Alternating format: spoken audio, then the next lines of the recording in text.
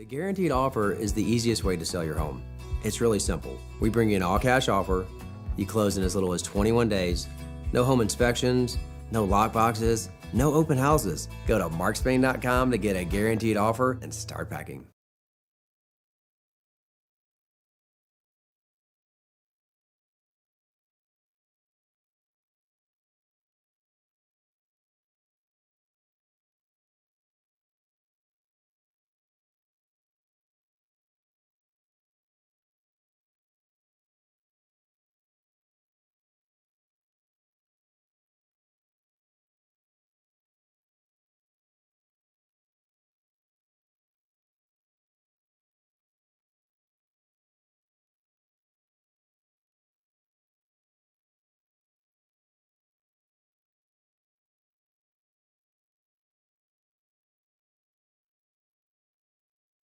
Good morning, 9:06 on Super Talk 99.7 WTN. My name is Chris Hand. We are walking into the holiday weekend. How are you doing? Are you excited? I'm hype. We are going to be off tomorrow, best of programming, and then my good friend Johnny B is going to be filling in for me on Friday.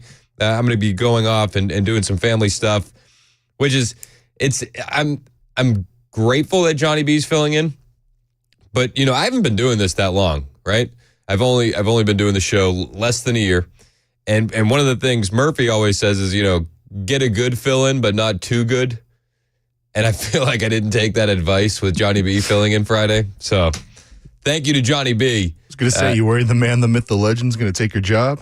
Yes. Johnny B, he's a talented guy. And I appreciate him filling in for me Friday. Johnny's a class act, one of my favorites here. So thank you, Johnny B, for filling in for me Friday. As since we're not going to get a Friday, there's a lot that we can talk about today, and I'm going to go ahead and dub this our Agenda-Free Wednesday. Anything you want to talk about, we can talk about. 615-737-9986. Join the conversation either on the phone lines or on the text message line. You can listen to us anywhere on the iHeartRadio app, the TuneIn app. You can catch the podcast all weekend long. Anything you missed, any of our big interviews with people like Topher or Savannah Hernandez or Sergeant Betsy Brantner-Smith, the police union spokeswoman, they're all on the podcast. So feel free to go back in, dig in, and enjoy your weekend with your family. I'm pretty excited. They told me when I started this stuff that there's quiet days in the news. That's what they told me. They said, around the holidays, things get quiet and gets, that's when the tough part of the job sets in. I don't think we've had a quiet day. And even as we go into the 4th of July weekend, the news cycle has been insane. Insane. Are you tired of winning yet? I mean, just yesterday we got word that Trump's sentencing is now postponed until September. So they're not going to do July 11th anymore. That means Trump will be at the RNC, which is great news. We also heard yesterday that the Trump campaign's Q2 fundraising beat Joe Biden. That's good news. Trump and his team brought in nearly $331 million. They raised 67 more than the Biden campaign in Q2. It's a big deal. The Trump campaign ended June with $284.9 million in cash on hand compared to Biden's reported $240 million. Excellent. We're also hearing that Biden is going to be doing one of these new long-form interviews. Are you excited about this? He's going to be sitting down with the hard-hitting investigative journalism of George Stephanopoulos. Yeah. ABC News' George Stephanopoulos landed the first TV interview with Joe Biden post-debate. They announced that yesterday. And it's going to be pre-recorded. Convenient. The first clip is going to air on Friday, July 5th, World News Tonight, according to a press release from ABC. The president's going to sit down on the campaign trail Friday with Good Morning America co-anchor, This Week anchor George Stephanopoulos, the press release reads, noting that other portions of the interview will air over the weekend, including on Good Morning America. They're going to pre-record it, and they're going to string it out. It's going to be interesting to see how he does. Let's see how the old man does. Charlie Kirk tweeted this morning, just a little while ago, that He's saying if Biden doesn't knock out the interview with George Stephanopoulos, if he performs poorly, the campaign doesn't see how he survives. And they're gonna wait and see. This is gonna be a big litmus test for the Biden campaign, how he handles the hard-hitting investigative journalism of George Stephanopoulos.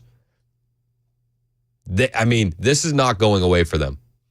The Joe Biden debate performance is not going away. And yesterday, we had the first press briefing since that horrific debate. And Karine Jean-Pierre opened it up with saying, essentially, all right, let's talk about the elephant in the room. Let me just step back for a minute and I guess deal with the questions that have come in about the debate. And honestly, this is something that the president has addressed himself multiple times since this past Thursday. And first of all, I want to say we understand the concerns. We get it. The president did not have a great night. That's going to be a theme throughout this press conference. We understand your concerns. We get it. He had a bad night. We get it. We get it. We understand. He had a bad night.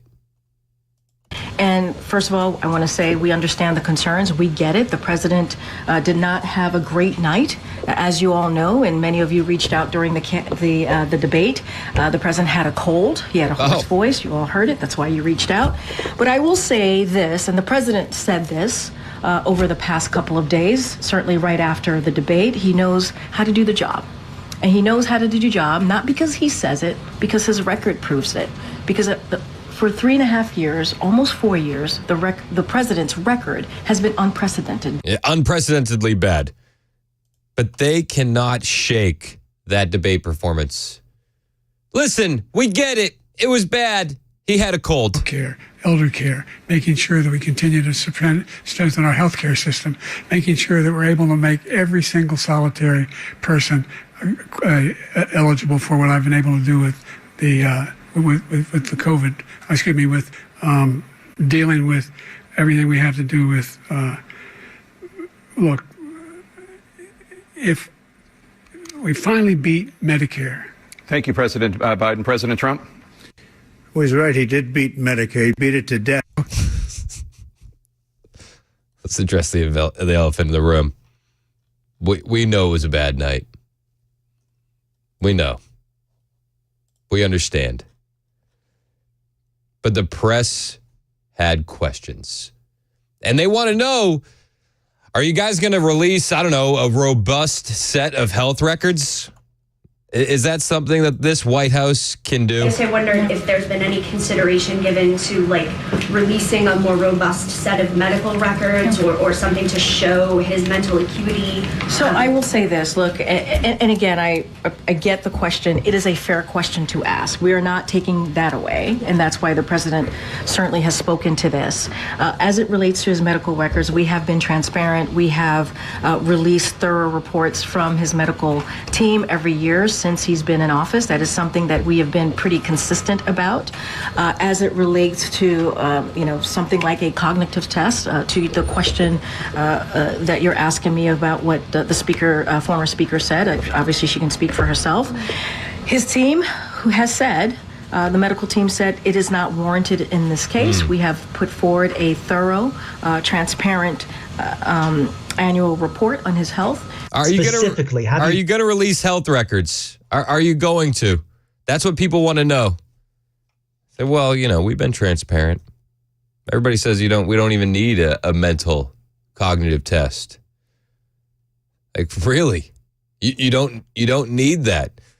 This has been a question for a long time with Joe Biden. He was asked this question back in 2020 while he was running for president. Do you remember how that went? Please clarify specifically, have you taken a cognitive test? No, I haven't taken a test.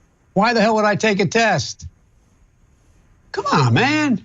That's like saying before you got in this program, if you take a test where you're taking cocaine or not, what do you think, huh? Are you a junkie? What do you say? Yeah, I don't think they're going to get away with the "are you a junkie" defense this time. I don't think it's going to work out. Oh, the president's been very transparent. Okay. We get what you're saying. We understand it. We hear you. It was a bad night. But then somebody, the press conference goes off the rails so quickly. One of the reporters says, did Biden get examined after the debate? Specifically, a neurological scan. That's what Karine Jean-Pierre was asked. You just reminded us that President Biden had a cold on Thursday. What medications was he taking in the days or hours leading up to the debate? And I know that question has come in a couple of times to us. He was not taking any cold medication. Was he taking any medication that would have interfered with his He was not taking any cold medication. That is what I can speak to. I've asked his doctor, and that's what he stated to us. Yeah, he wasn't taking any cold medication. No word on other medications. After the debate, did the president get examined by a doctor, or did he get a neurological scan? A neurological scan? Look, what I can say is that, just to take a step back, it was a bad night. We understand that it was a bad night. And the president has spoken to this. And he understands that. And so I cannot speak to anything beyond what I just shared. The president has regular annual physicals that we release in a thorough report. We're going to continue to do that. I don't have anything else beyond that. No, she doesn't have anything else. There's nothing else that they could add. Throughout this entire press conference, she provides no answers. No answers. None. And I go back to this quote by Trump from the debate, and I think that this hits even harder today. Joe, our country is being destroyed as you and I sit up here and waste a lot of time on this debate. This shouldn't be a debate. He is the worst president. He just said about me because I said it. But look, he's the worst president in the history of our country. He is.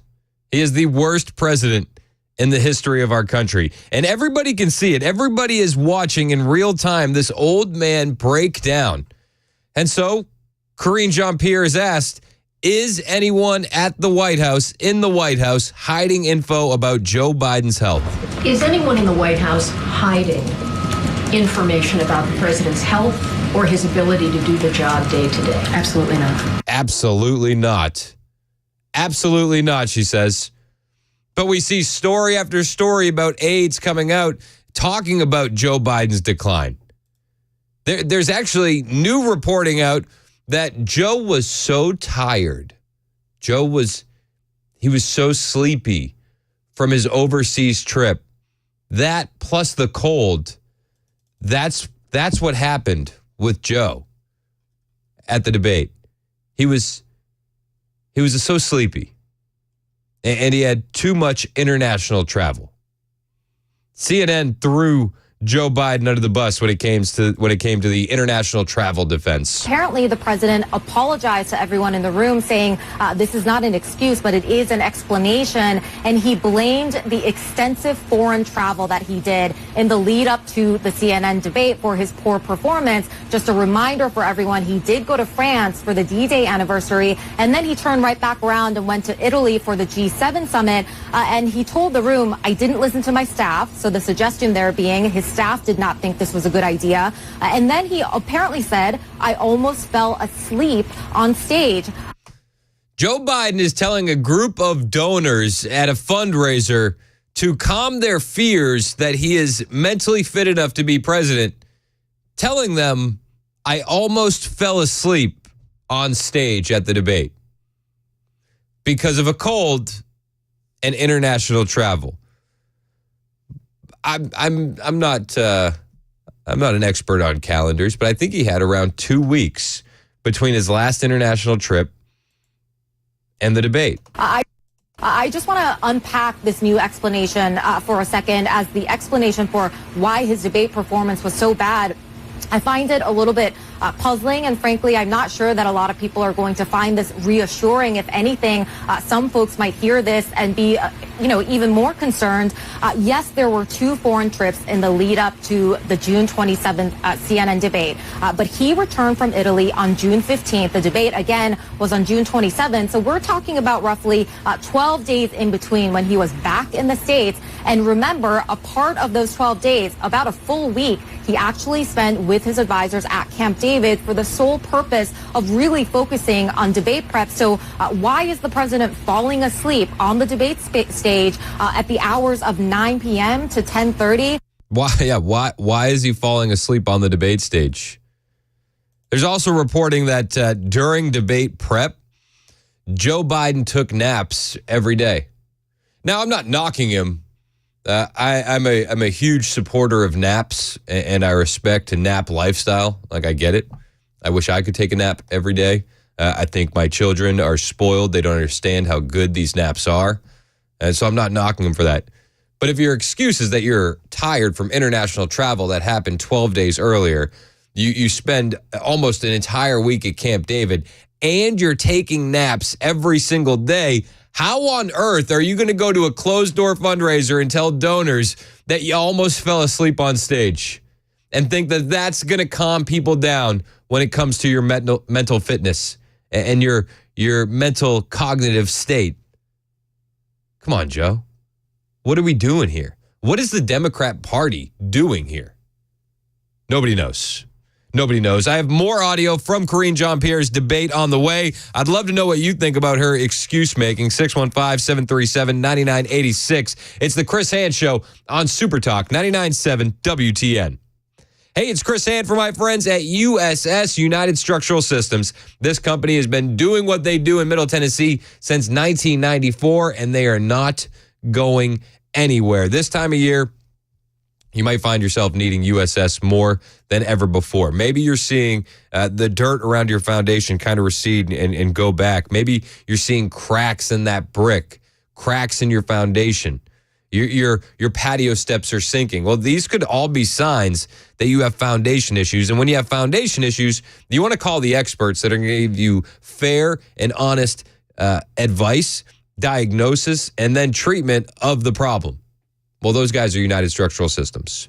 When you got somebody coming to see your home and see what's happening, you want to make sure that you can trust them. And you can trust USS. They have 25,000 satisfied residential customers. They've been doing it for a long time, and they're going to leave you satisfied. They're not going to leave until the job is done. And when they do leave, they're leaving a warranty that is there for life. Even if you leave the home, the warranty can stay. They guarantee their best. Just call USS. They're going to take the stress out of your home repair. They've been keeping homes dry and stable in Middle Tennessee for decades. Call them today, 615-488-7855. That's 615-488-7855. Online at USSTN.com.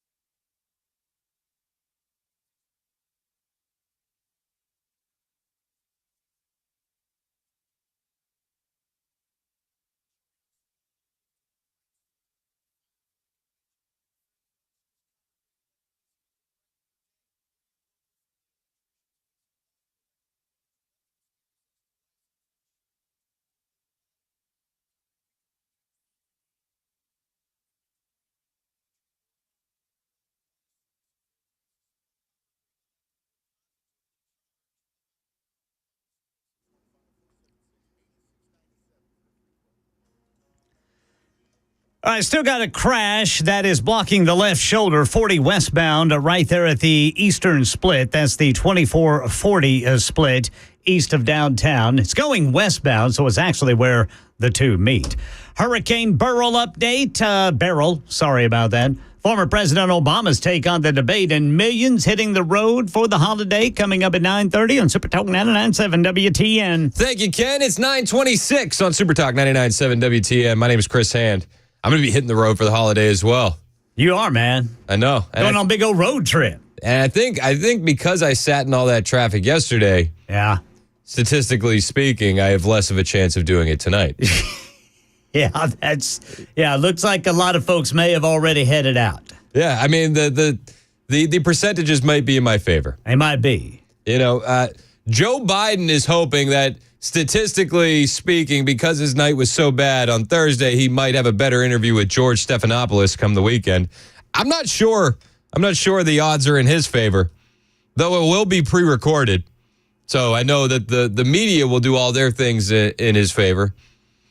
But at the press conference yesterday with Karine Jean-Pierre, I just found myself with this cheesy grin the entire time, watching her squirm. Because the questions were, yes, you say it was a bad night, but why was it so bad? Okay, well, you continue to say it was just a bad night, but is there an explanation then for why it was so bad? Okay, KJP, you said it was bad. Why so bad? Why so bad? Why it was so bad? Why was it so bad? We take your answer that it was bad, but why was it so bad? If it's not his stamina, if he prepared, as you guys say, for so long, if it's not a problem with his mental fitness, what happened that night? What did we see? I will also add that the president also spoke to this as well. He said, I'm not as smooth as I used to be. Oh, I gosh. don't debate as well as I used to. I don't walk as easily as I used to. But one thing that he knows is how to deliver for the American people.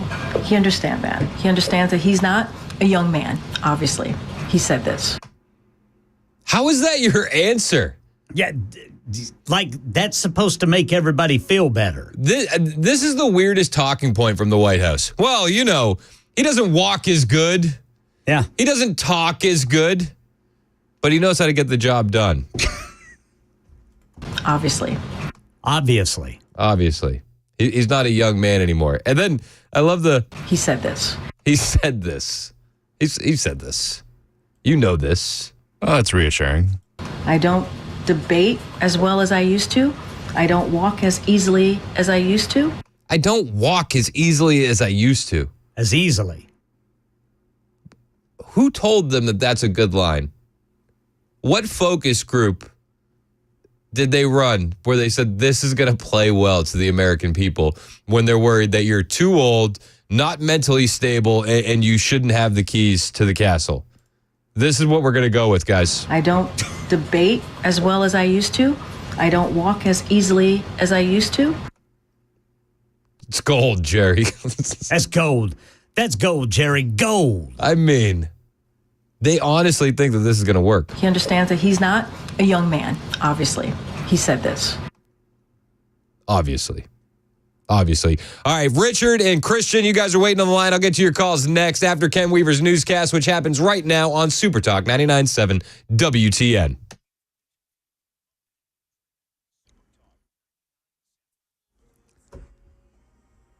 I'm Ken Weaver with your top stories. Full forecast in 2 minutes. Jamaica preparing as Hurricane Beryl heads toward the island. The Prime Minister declaring it a disaster area before the major Category 4 storm arrives. Airports closed. Residents stocking up on food and fuel ahead of the storm. Election 2024, there's growing pressure on President Biden to better explain his dismal presidential debate performance or step aside as a candidate for re-election. Former President Obama appears to be one of those concerned Democrats. The Washington Post reports Obama has privately expressed that Biden's path to election, quote, grew more challenging after the debate. And 60.5 million Americans hitting the roads this 4th of July, surpassing both last year's and 2019's numbers. Gasoline prices in Middle Tennessee right now averaging $3.27 per gallon, according to Gas Buddy. That's the latest news. Weather is next. I'm Ken Weaver, WTN News.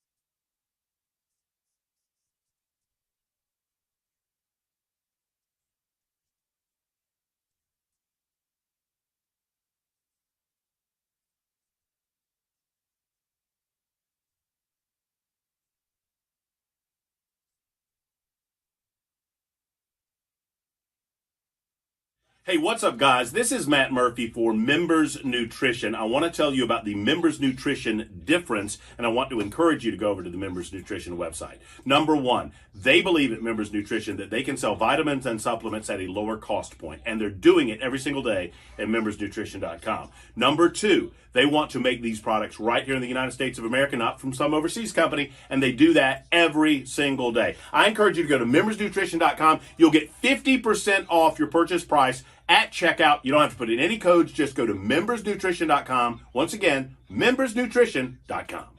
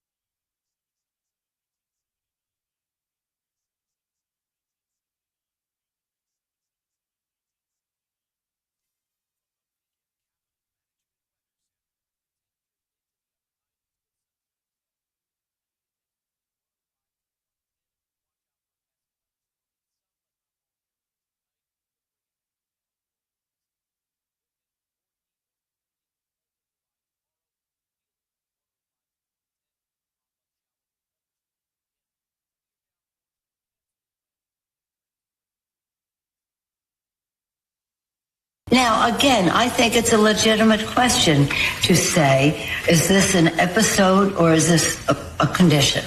That's Nancy Pelosi talking about Joe Biden. Was what we saw Thursday night an episode or a condition? She was on MSNBC there. It's 9:37 on Super Talk 99.7 WTN. My name is Chris Hand. Is this an episode or a condition? Nancy Pelosi thinks that's a legitimate question. Now, again, I think it's a legitimate question to say, is this an episode or is this a condition? Is this an episode or is this a condition? Karine Jean-Pierre was asked about that specific quote at yesterday's press briefing when it comes to the resident. Pelosi said it's a legitimate question to ask if this is an episode or is this a condition. Which one is it? Well, what I can tell you is that he had a cold and a bad night. I would not see this as an episode. I would see this as what it was and what we believe it to be, which is it was a bad night. It was just a bad night. They refuse to acknowledge all of the, what do they call them? Cheap fakes.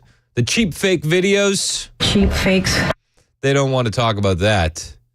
Those, it's not like we have a history of this happening over time. This was just a bad night, the White House wants you to believe. That was weird. That's weird, isn't it? Very weird. Nancy Pelosi says, there's only a couple things that you can do to get rid of the weird, the bad night. And that's more interviews. I think my recommendation to is for him to have some interviews with serious journalists, you among them, a serious journalist, no holds barred, any questions fair, and just sit there and be Joe. Show your value, show your knowledge, show your judgment, show your empathy for the American people, and I think that would be a great thing for him. Not one, maybe two, a couple of those. I think that is essential. Not one, maybe two. Hard-hitting, no-holds-barred interviews. The campaign took their advice. They found the hardest journalist in America, George Stephanopoulos. That's who they're gonna give a hard-hitting, no-holds-barred interview to. Pre-recorded, mind you. It's gonna air July 5th, and then on Good Morning America over the weekend. They're gonna bury it in the 4th of July weekend. They're going to hope and pray that Biden doesn't screw up, and they're going to hope and pray you don't see it. Richard in Woodbury, you're next on Super Talk. What's up, Rich? Hey, guys. Listen to you all the time. Not as much as you used to since I retired, but the question I have for you, y'all are normally pretty sharp, but you haven't brought up the fact that since this is going to be a pre-recorded deal, it's going to give him or them the opportunity to edit everything and show that he has no issues. Oh, 100%. They're going to be able to clean it all up in post-production, and they're going to use it in snippets, and they're going to use it all weekend long. And honestly, they're hoping that nobody sees it. Yeah, that's true, too. It's going to be lost in the 4th of July weekend. They're going to have low audience numbers. They're going to hope and pray that nobody sees it, and they're going to hope and pray that Joe Biden at least can be fixed in post-production. Oh yeah, I mean that's a fact, and they will fix him in post-production. If he starts to screw up, they'll stop him. They'll edit all of that out and start the question all over again. Give him that opportunity to correct it. 100%, Richard. I totally agree with you, man. Appreciate the call. 615-737-9986 if you want to join the show. Nancy Pelosi, she's talking on MSNBC. Oh, he's got to do one interview. He's got to do at least two with hard-hitting journalists. Okay, Stephanopoulos. That's the hard-hitting journalist. She does say a few things that made people's ears perk up, like, was this an episode or condition? That's a legitimate question to ask. She also said towards the end of the interview with MSNBC, Nancy Pelosi did, that both candidates should take a mental acuity test. We should be tearing up what he said the other day because it was a pack of lies. And it's very hard to debate somebody when you have to undo or debunk everything they're saying. But again, I think that both candidates owe whatever test you want to put them to in terms of their mental acuity and their health. Nancy Pelosi goes on TV and says, is it a condition or is it an episode? That's a legitimate question. Nancy Pelosi goes on TV and says both candidates should take a mental acuity test. Is Nancy Pelosi distancing herself from Joe Biden? Obviously. Certainly feels that way. Certainly feels that way. You know, he doesn't debate the way he used to. He doesn't walk the way he used to. He's a bit slower. Obviously. And the press briefing with KJP was just chaotic. The press understand what's going on. Now, some of them are angry because they say, we've been telling people this for years. Other members of the press are angry because they said, we've been covering this up for years. All of the press is angry right now with the Biden administration. There's a portion of it, the conservative media, that they're mad that nobody listened to us or took us seriously when we said Joe Biden's mental state is failing. There's another portion of the press that's mad because now they look stupid for covering for Joe Biden. They feel dumb. But no matter how you slice it, the press is angry. Is he disabled? No. And let me finish with your colleague, please. And I know, but shouting out, come on. You know better. Come on. A reporter asks Karine Jean-Pierre, is he disabled? And she dresses him down the same way that I stop my kids when I'm talking with my wife. And I say, we're talking. You're interrupting your mom. Come on. You know better than that. Is he disabled? No. And let me finish with your colleague, please. And I know, but shouting out, come on. You know better. Come on. That's literally what I say to my kids. Interrupting your mom? Come on. Come on. You know better than this. Come on. Be better. Come on. Come on. Come on. You know better. Come on. You know better. That's what I do. When I see my kids running alongside the pool, I say, come on. You know better. Come on. It's just, I almost feel bad for her. Almost. Come on. You know better. Yeah, I do. I'm not going to feel bad. I mean, when you're running a daycare as our government, come on. It's easy. You know better. You know better. This press briefing was amazing. It was amazing. Now, there are people that randomly just would shout out, is he disabled? And then there were other people that brought stats. And Karine Jean-Pierre was asked about the poll that says 72% of Americans think Joe Biden is mentally unfit to be president. And we have a new poll from CBS News that says 72% of registered voters say the president does not have the mental and cognitive health to serve as president. So are you saying that the majority of Americans are misguided and that they just need to trust Dr. O'Connor and take him at his word? So a couple of things, and I want to say the president is feeling better, and you saw him last night, you saw him today, but he does indeed still have a cold. Look, he's feeling better. Just, I know nobody's asked. Wanted to let everybody know. He's feeling better. That's a relief. Do you feel relieved? I feel relieved. I want to be very sensitive here, and I think it is important to be sensitive here. We understand how the American people are feeling. We get it. We do. And I do not want to take away from that. We know how you're feeling. We get it. We do. We don't want to take away from that. It was just a cold. It was just obviously. It's just a cold. I'm not going to speak. I know that there was, you all did a poll, CNN did a poll. I'm not going to speak to every poll. I'm just not going to do that. No, I mean, we'd be here all day. The polls are bad. I mean, we got Trump winning in battleground states. We got Trump up in Nate Silver's forecasting models. They have Trump at a better probability to win the popular vote, as well as the Electoral College. It's bad. She can't just spend all day addressing every poll. I'm just not going to do that. No, don't. I wouldn't. It's probably for the best that you don't.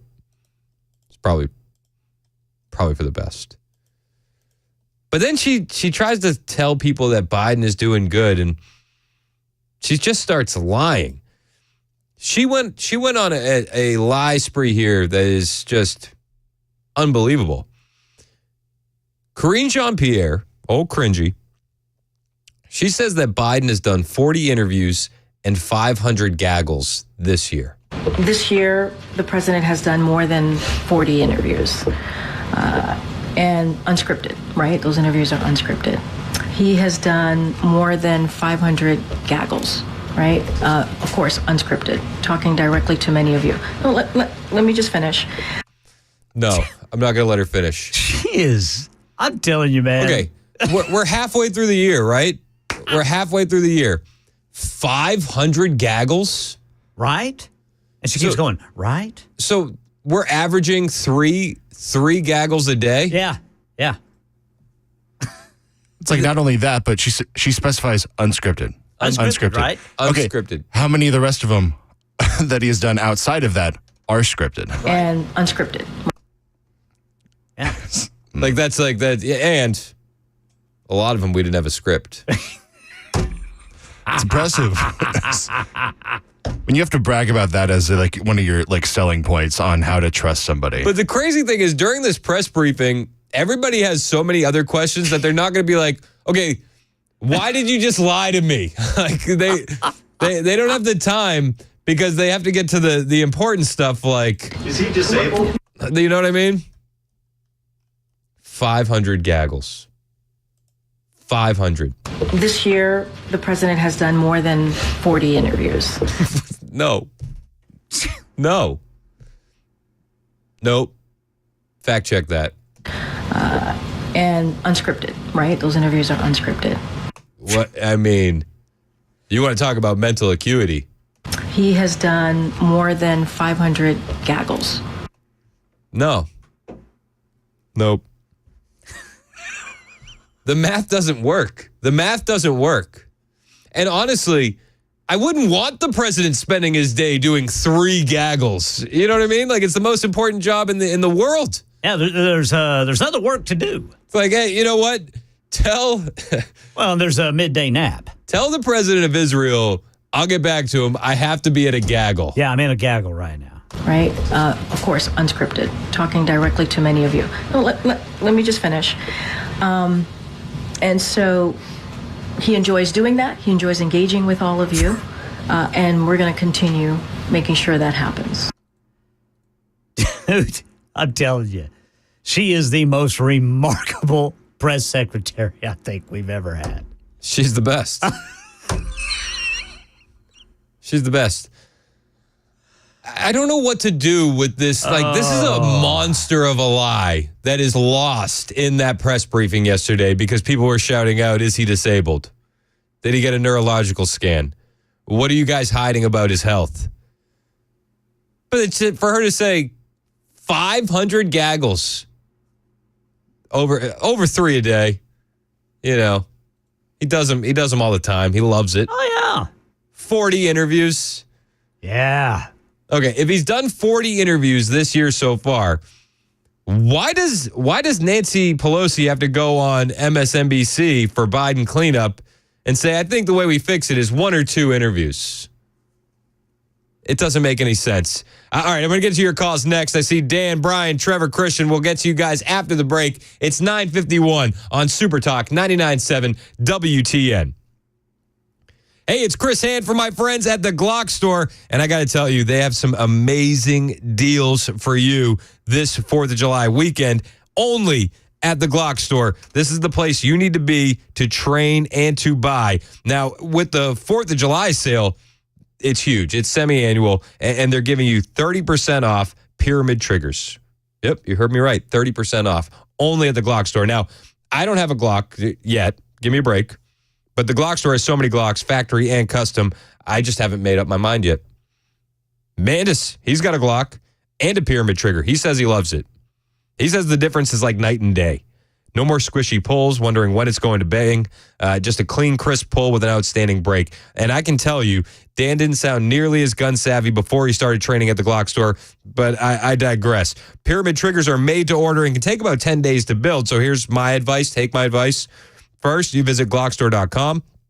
and you configure your custom pyramid trigger. Second, at checkout, you just select pick up in store. They'll contact you when your trigger is ready, and then you just bring your Glock with you, and they'll install the trigger while you wait for free. The sale ends on Sunday, but don't wait. The sooner you order, the sooner you'll get the come pick up your trigger email. The semi-annual pyramid trigger sale now through Sunday, only from our friends at the Glock Store and online at glockstore.com. Minutes from the airport, worth the drive from anywhere.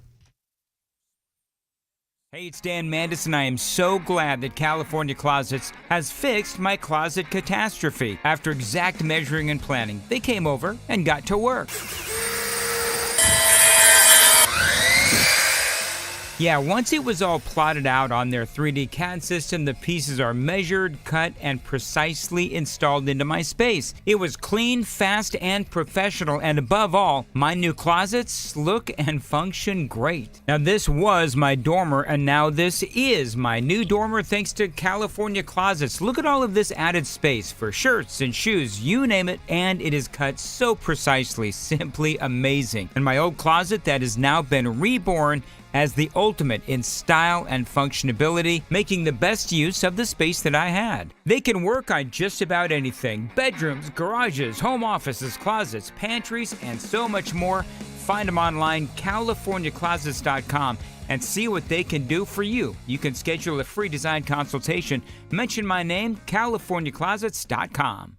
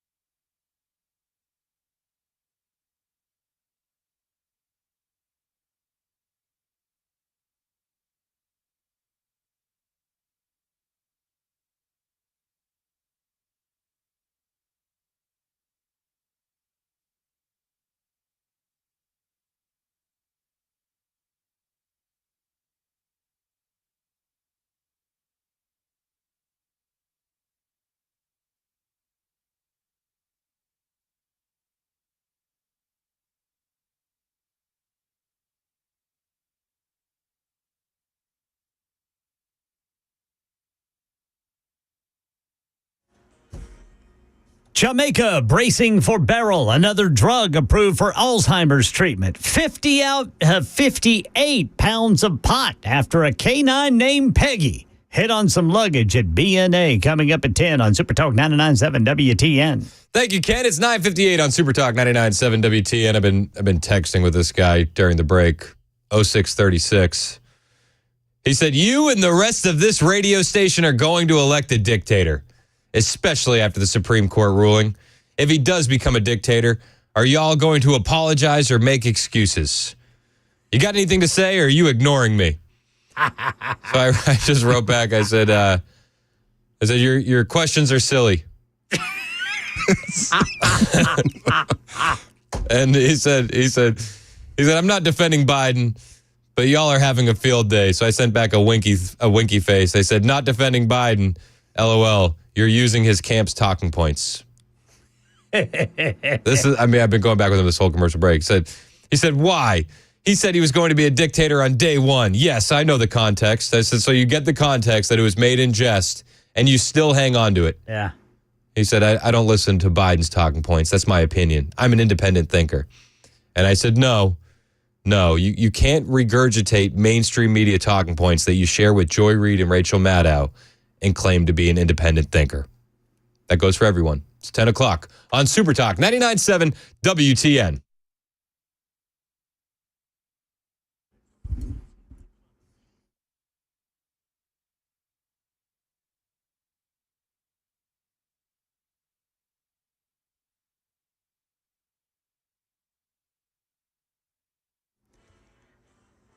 Ten o'clock on the dot. I'm Ken Weaver with your top stories. Got the full forecast and traffic in 2 minutes, and Jamaica prepping for Hurricane Beryl's landfall today. Here's Faith Abube. Officials are telling people to get ready for water to be disrupted, power to be disrupted. So people are really heeding the warnings right now, but they're just waiting to see if the storm actually takes a hit here where we are in Montego Bay or elsewhere offshore. Right now to the Cat 4, packing 120 to 140 mile per hour winds. Another drug now approved to help people with Alzheimer's. The FDA now approved Eli Lilly's new Alzheimer's drug called Kisunla.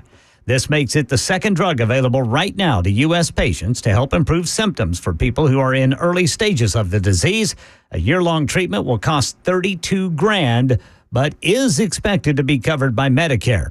Nashvillians getting ready to celebrate the 4th of July with live music and fireworks. Security, a top concern for law enforcement everywhere, says Aaron Katursky. There has been a heightened threat environment in the country ever since October 7th and the attack in Israel, and that's continued to fuel people with an agenda. And there are other agendas. The political environment of the country certainly doesn't help. So police are being told by the FBI and the Department of Homeland Security to be on watch for these types of things, which are notoriously difficult to guard against. Yeah, live music and fireworks in Nashville. The fireworks start at 9:30 tomorrow night.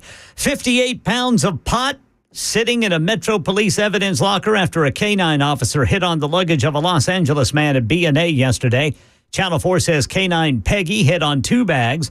Officers identified the owner, then waited for him to pick up the bags and made the arrest.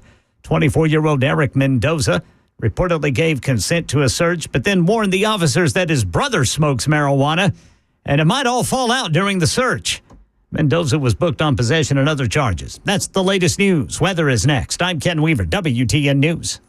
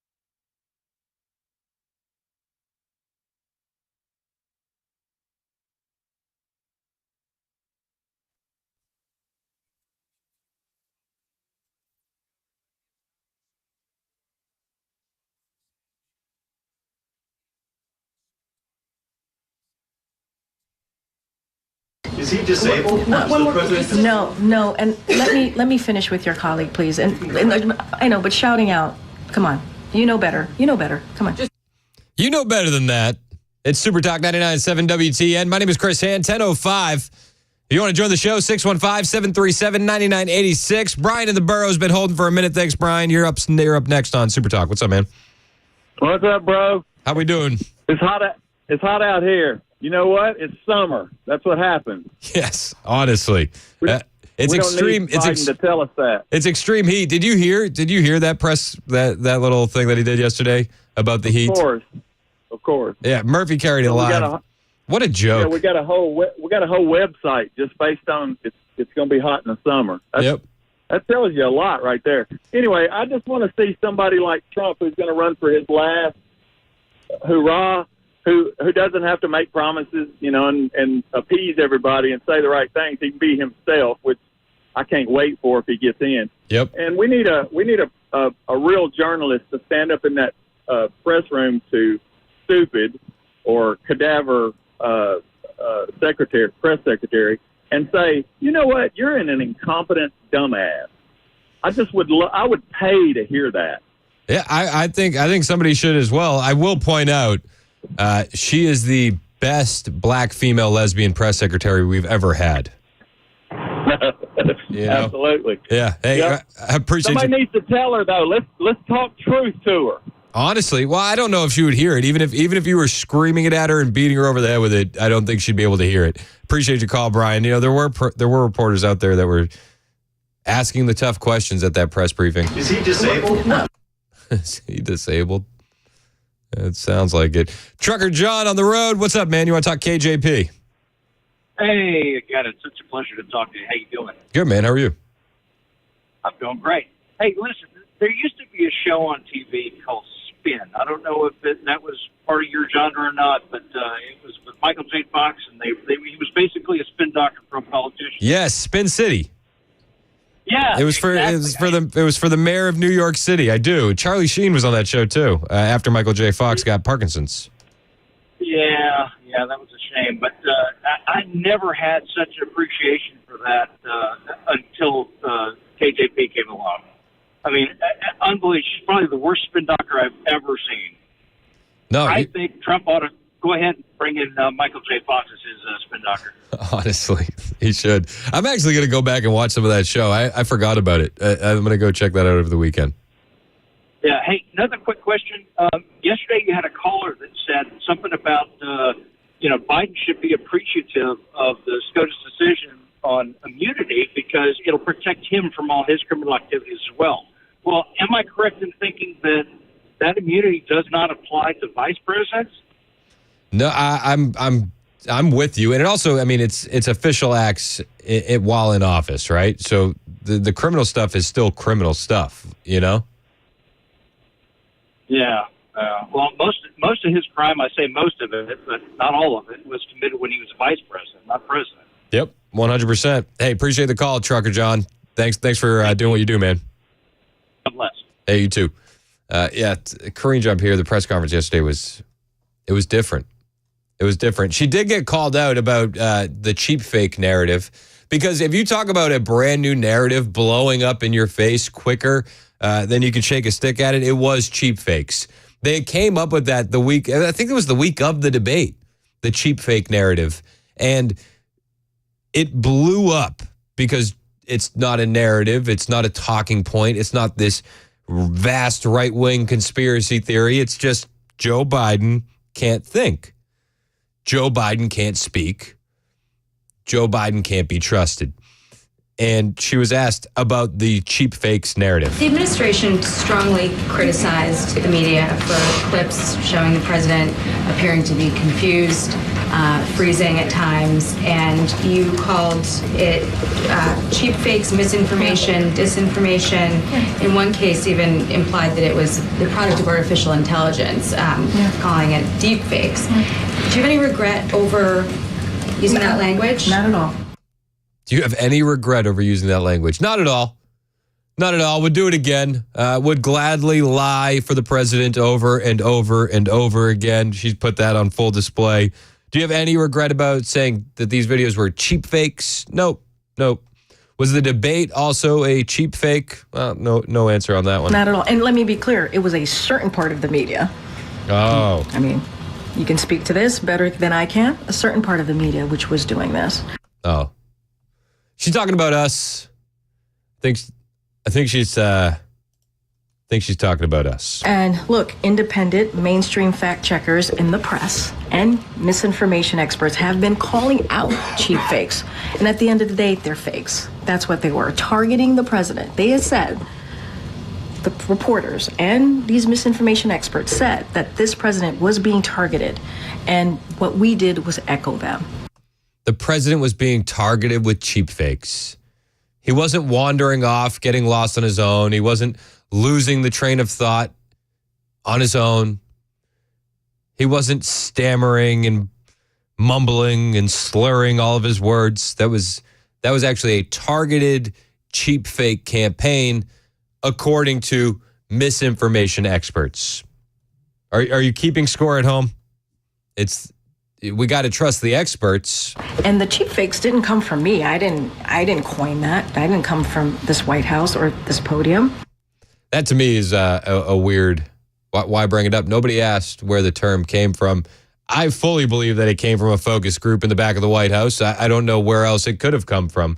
She says it's from the expert. Cheap fakes didn't come from me, by the way. I tend to lean and believe that it did. And the cheap fakes didn't come from me. I didn't coin that. I didn't come from this White House or this podium. That came from the media. They called it cheap fakes. And they said this President Biden, was being targeted on misinformation. It was purposefully being done to this president. And what we did is we echoed that. So I don't regret it at all. No, she doesn't regret it. She doesn't regret lying for the president. Not at all. Obviously. Why would she regret that? It's her job. It's her job. She was asked if Joe has spoken to Kamala since the debate. Oh, hang on one second. Computer's being wonky. Has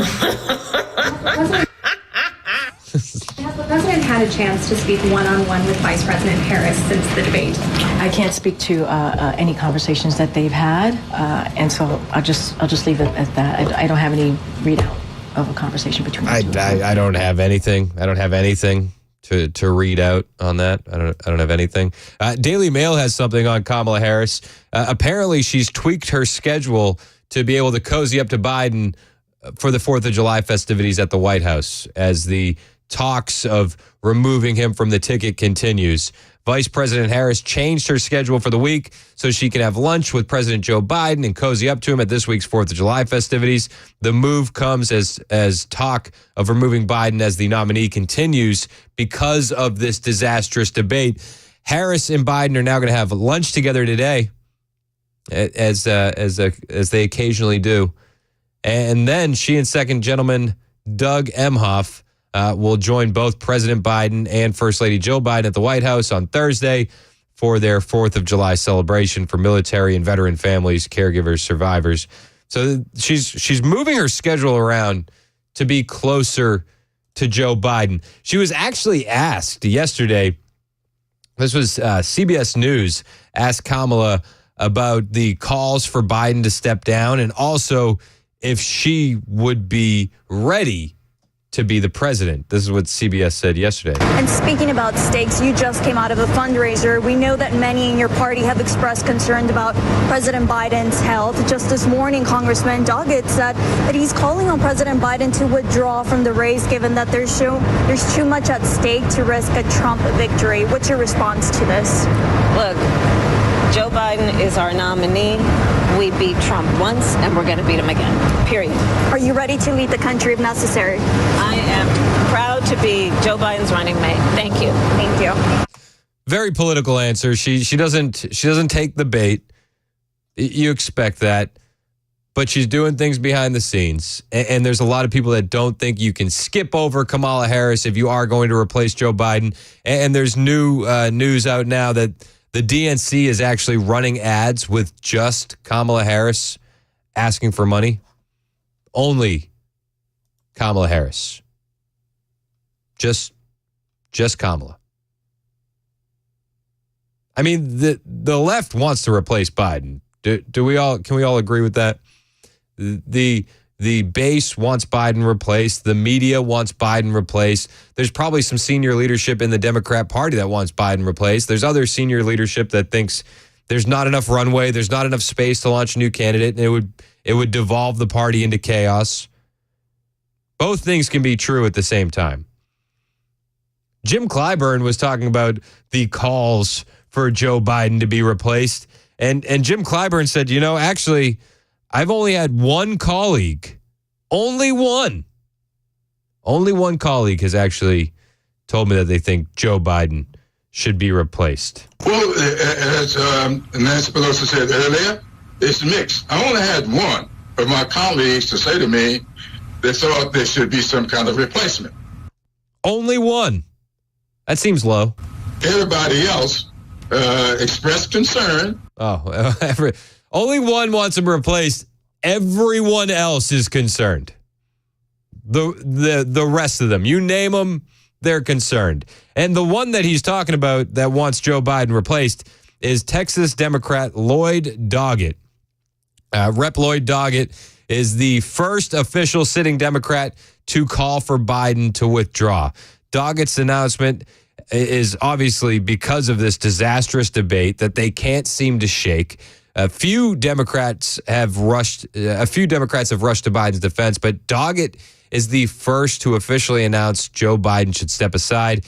He said, for more than a year, many Americans have indicated dissatisfaction with their choices in this election. President Biden continued to run substantially behind Democrat senators in key states, and in most polls has trailed Donald Trump. He continued saying, I had hoped that the debate would provide some momentum to change that.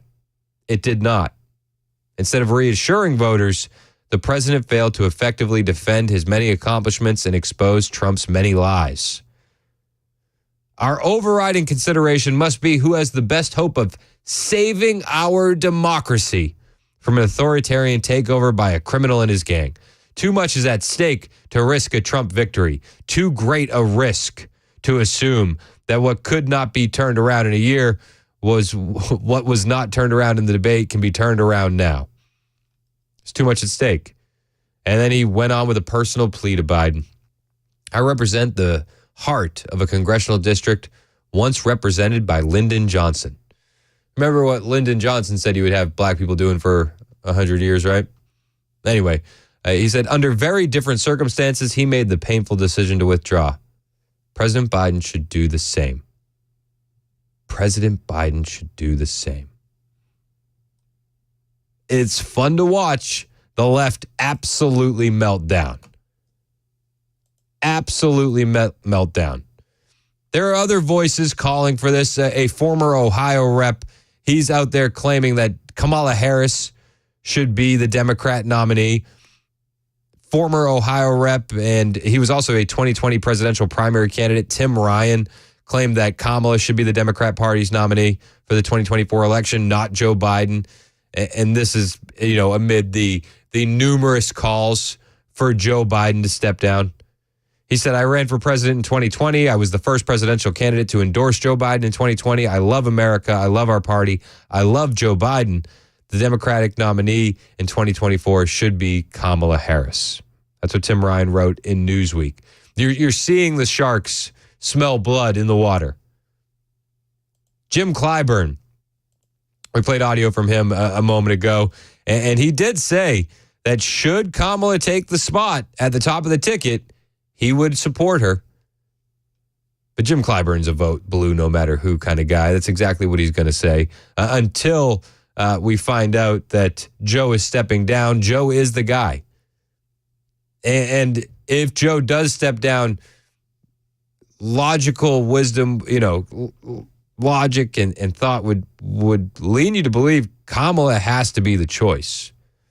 Especially when it comes to switching over the war chest, all the money that they've accumulated. Trump is out fundraising them now, but they still have a lot of money that they don't want to leave on the table, and you're going to say goodbye to that if it's not Harris. Michelle Obama doesn't want the job. There's too many skeletons in the closet of so many other Democrats. James Carville was asked the other day, well, Who do you get excited about? And he's like, everybody's great. Everybody's great. Yeah, because nobody's great.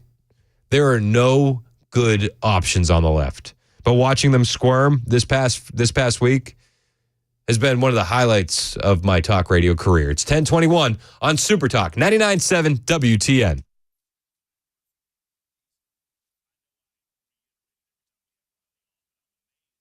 The guaranteed offer is the easiest way to sell your home. It's really simple. We bring you an all-cash offer. You close in as little as 21 days. No home inspections, no lock boxes, no open houses. Go to markspain.com to get a guaranteed offer and start packing.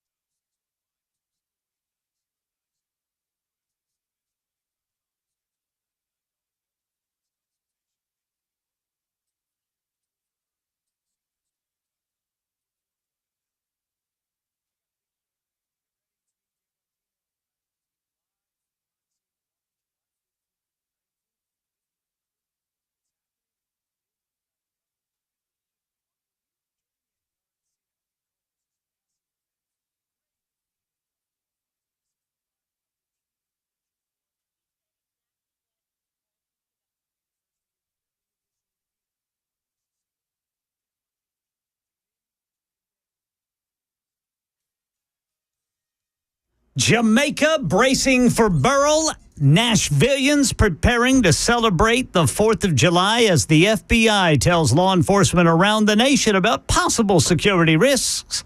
That's coming up at 10:30 on Super Talk 99.7 WTN. Thank you, Ken. It's 10:25 on Super Talk 99.7 WTN. My name is Chris Hand. So, during the break, Ken let me know that George Stephanopoulos was on The View today. Yes. Yeah. It's going to be a hard-hitting interview that George gives Biden. It's going to be no holds Friday. barred. No holds barred, Brother Chris. Unbelievable. This is the guy that's going to be fair. Then they're flashing pictures of back in the day when Stephanopoulos was the strategizer for Clinton. Of course they are. Of course they are. And they're going to lean in on the convicted felon talking points with Joe Biden. But, it's funny. There's already a convicted felon in the White House. Yeah. Do you know that? There's been all this new reporting that Hunter Biden is joining meetings with the president, sitting in on West Wing meetings with senior advisors and staff. We have great confidence in our son. I'm sure you do. But I don't think the son has great confidence in his dad. He's stressing. He might be afraid, man. He might be afraid Dad's going to slip. I think he is. Let something out. I mean, NBC had this reporting yesterday. Hunter is by Joe's side, and he's been there since after the debate. Breaking news. We're now learning that Hunter Biden is attending some of the president's meetings at the White House, staying close to his father post-debate. What? We can't have a convicted felon in the White House. Can we stop the convicted felon talking point at this point? Can we? I mean, he's at the White House in meetings with senior advisors and staff of the President of the United States, a convicted felon. Also, the timeline on this couldn't be crazier. Joe is not involved in any of Hunter's business dealings. Okay, Joe was in the room with Hunter's business partners. Okay, Joe was on the phone at a couple meetings with Hunter's business partners. Okay, the laptop is real. The 10% for the big guy email is real. Hunter's in the White House for Joe's business meetings. NBC's Monica Alba is reporting from Washington, D.C. What more can you tell us, Monica? Well, these are new details coming into our team, Chris, along with my colleagues, Kristen Welker, Mike Memley, and Sarah Fitzpatrick. We have learned from sources familiar with the situation at the White House that Hunter Biden has been by his father's side ever since they were at Camp David this weekend as a family, where they had some discussions about the president's potential path forward here and his reelection campaign, and that since he returned from Camp David last evening with his father, we understand that Hunter Biden has even joined some meetings and conversations that have taken place between the president and some of his most senior advisors and senior staff. Do you think George Stephanopoulos is going to ask Joe Biden why he's got a convicted felon in the White House with meetings in the West Wing with senior advisors and staff? Do we think that that's going to be the no-holds-barred questions we get from George Stephanopoulos this weekend? I think it might be because he's got a little insight into the Russia situation from his laptop there. Maybe. I mean, it's insanity. Yeah, this interview is going to be a joke, is what it's going to be. Oh, 100%. Karine Jean-Pierre was also asked yesterday about Hunter Biden being in the meetings. Why is Hunter Biden in the meetings? Biden has been in some meetings with senior advisors. Why is the president's son involved? So a couple of things I saw that reporting as I was coming out. So a couple of things there. Look, the president, as you know, is very close to his family. This is a holiday week, 4th of July. He spent time with his family, as you all know, and reported at Camp David. Hunter came back with him and walked with him into that meeting, that speech prep, and he ended up spending time with his dad and his family that night. That is basically what happened. It is a week where there's going to be more family members who are going to come to the White House. I'm sure you'll see some of them on 4th of July. Many more are expected to be here. No issue with family being in the White House. The question, though, would be, is he participating in meetings with senior advisors? What I can say is that he came back with his dad from Camp David. He walked him into the speech prep, and he was in the room. That I can tell you, he was in the room. We know, Karine. He was in the room. Wait. That I can tell you, he was in the room. I mean, she must be sweating bullets when these questions come up.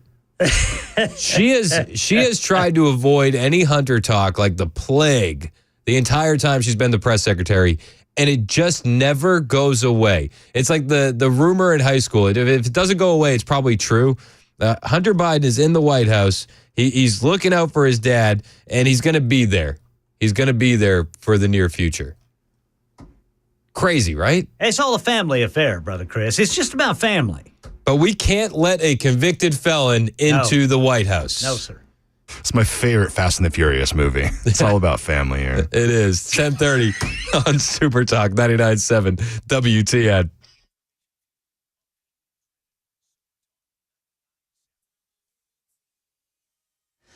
.30 on the dot. I'm Ken Weaver with your top stories. Got the full forecast in 2 minutes. Right now, Jamaica officials issuing warning after warning, asking folks to take precautions ahead of Hurricane Beryl's landfall sometime today.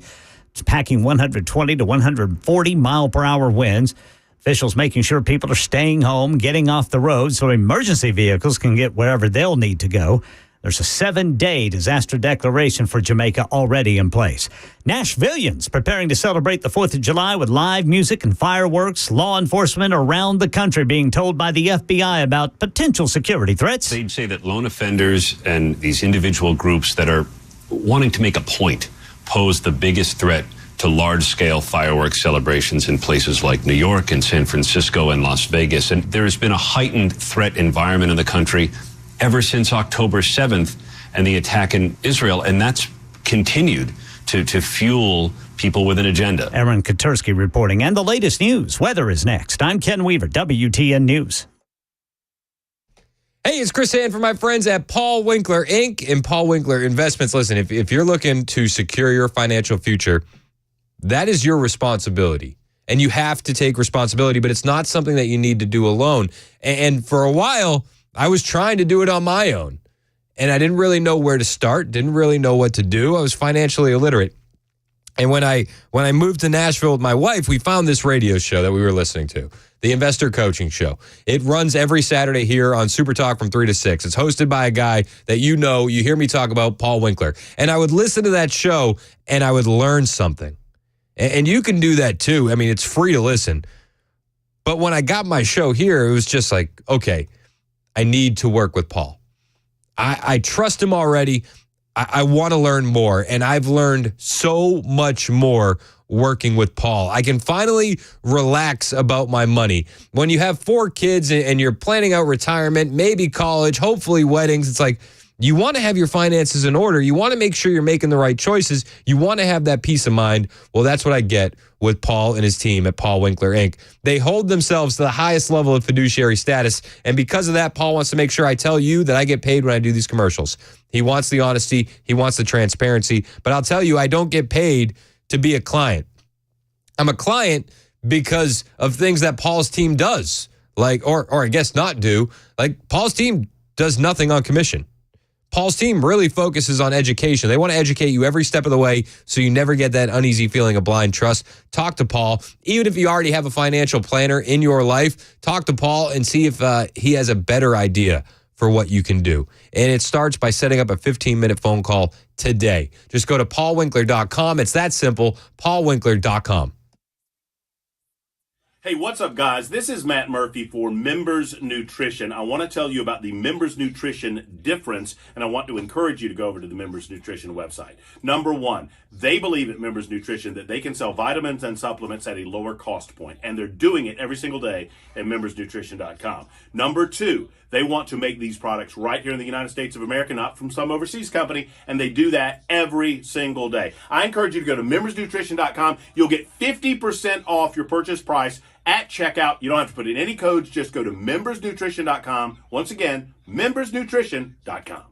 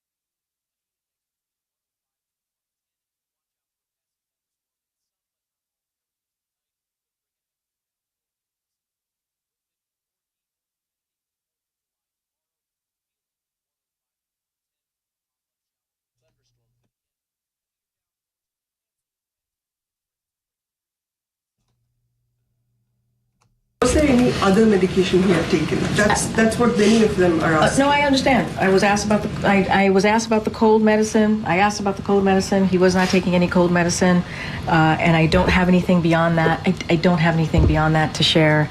And look, I've answered this question multiple times at this point. I don't have anything else to add beyond what I have shared with your colleagues here in the room.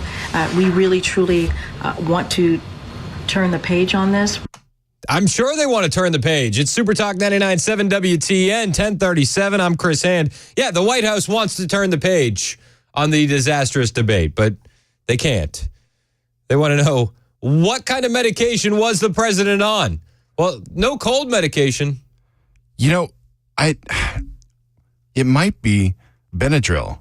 Yeah. His allergies might be acting up. I mean, mine have been going a little nuts the past couple of days. It would make sense. Make him a little sleepy. I said he wasn't on any cold medication. That's all I got. That's not cold medication. I mean, they definitely didn't have him on uppers. Oh, absolutely not. They did not.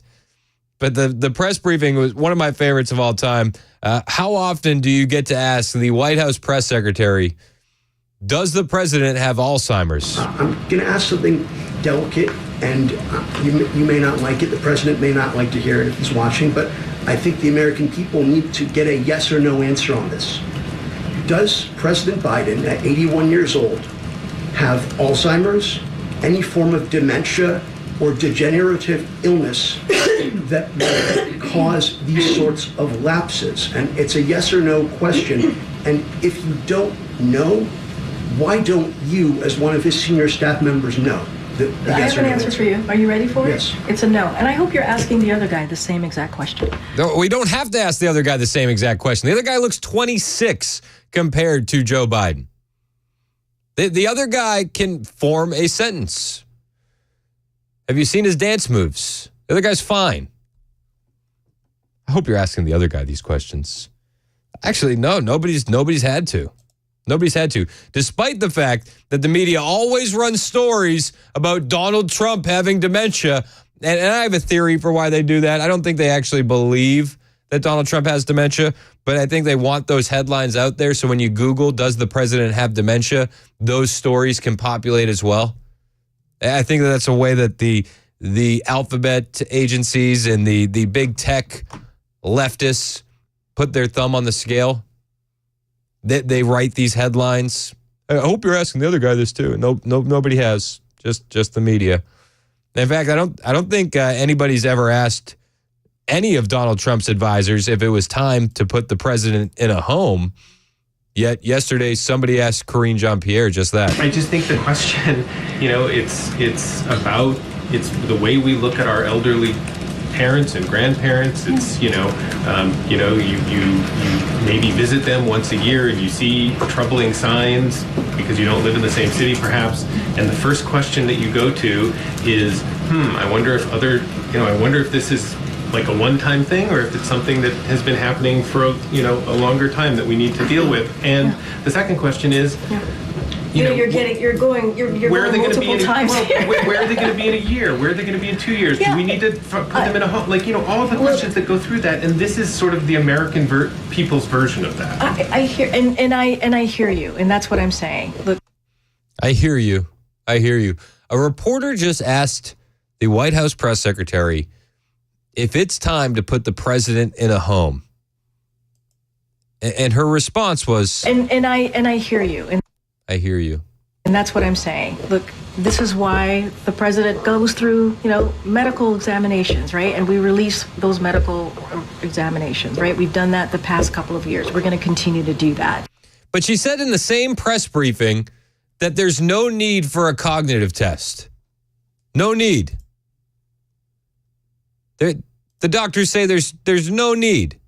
So how can you lean on the medical records when you say that there's no need for a cognitive test? These questions were here in 2020. Biden was asked in 2020 if he took a cognitive test. Please clarify specifically, have you taken a cognitive test? No, I haven't taken a test. Why the hell would I take a test? Come on, man. That's like saying before you got in this program, if you take a test where you're taking cocaine or not, what do you think, huh? Are you a junkie? What do you say? Are you a junkie? Here's the thing. the questions were there about Biden's mental acuity in 2020. And I watched this video of him going, come on, man. What are you, a junkie? And I look at this guy and I go, this guy is much sharper than the Biden we have today. The decline has been so rapid and so quick. Everything's fine. Everything's fine, citizens. Calm down. This is why we're going to go out there and continue to be out there and do interviews and talk to the American people. And at the end of the day, I got to be careful, right? Because we are in a campaign season. But the American people will see for themselves. The American people did see for themselves, and that's why we are knee deep in Democrat panic. Because Thursday night at the debate, the American people realized that your cheap fake narrative was just a narrative. That the reality of the situation is much scarier, much darker. Joe Biden has memory issues. Joe Biden might be suffering from dementia. Joe Biden may have Alzheimer's. And I don't say that gleefully. In fact, I feel bad for the guy. I think that he should be spending his last years on the beach with his grandkids, at least the ones he acknowledges, and spending that time enjoying his retirement. But his family won't let him. His evil, diabolical wife won't let him. Maybe things are going to change. I'm in a text thread right now with Murphy and Mandis and Wilson. The group chat's blowing up. Everybody's talking about what's going to happen with Biden, what they think the lay of the land might be. It's interesting. It's interesting. And you know, these guys are much smarter than I am, and I'm reading this like nobody knows what's going to happen. We just know that the status quo isn't going to fly for the Democrat Party. Keeping Biden as the nominee isn't going to fly for the Democrat Party. CNN understands this as well. They had David Chalian on. He's the political director for CNN, and they had him on just to recap the craziness that was the Karine Jean-Pierre press conference. Well, the motivation behind that press conference was clear because Karine Jean-Pierre said it plainly. We want to turn the page. We want America to turn the page. We are hoping to turn the page. I mean, she said it 3 times. That was quite clear. Yeah, they want to turn the page. They don't want to have these conversations. But you see, you can't put the toothpaste back in the tube, guys. You can't. There is no feasible way to put what America saw on Thursday night, to take that toothpaste and put it back in the tube. The Democrats want to turn the page. The leadership in the White House wants to turn the page. They want to move on. It was just a bad night. He had a cold. He was sleepy. The Sleepy Joe memes came to life. But you can't turn the page. The page is not turning because there was a lack of answers to the critical fundamental question that was being asked, which is, what happened? This is on CNN. This isn't Fox News. This isn't a Fox News panel. This isn't on OAN. This isn't on Newsmax. This isn't Real America's Voice. This is CNN saying you haven't answered the real question. What happened that all of America saw? So Karine Jean-Pierre kept saying, we're not trying to ignore reality. We understand and acknowledge what America saw and witnessed, and that was a really bad night, and that was a bad debate. And we acknowledge that. But she does not offer one bit of evidence or reasoning or rationale for why. For why. They don't have the why. Bill in Nashville, you're up next on Super Talk. What's up, Bill? Hello. I appreciate what you have me say. I just wanted to add, it's just so interesting to me that when CNN finally, after all these years, decides to broadcast the truth, which is what we saw in the recent debates, how can the Democrats be surprised? It's their own responsibility to have known before the debate what the truth was with Joe Biden. And will this change the basic outlook of your fundamental Democrat voter will they realize now that their leadership's been lying to them? I sure hope so. I sure hope so, Bill. It usually takes one lie to make you question the rest of them, right? It's like if you can just open your eyes to this one lie, then hopefully you can question everything else. But a lot of these Democrats are so steeped in the programming, and they have no idea how absolutely brainwashed they are. Well, we hope this will turn the tide enough to secure Trump's election. Thank you, and I'm going to hang up and listen. Hey, appreciate the call, Bill. Yeah, I mean, the programming runs deep. Fox News has an article, President Biden is seriously considering whether he can continue as the Democrat presidential nominee, according to a report. The New York Times reported Wednesday that Biden has told a key ally that he knows he may not be able to win re-election if he cannot convince the American people he is fit to serve after his disastrous debate performance.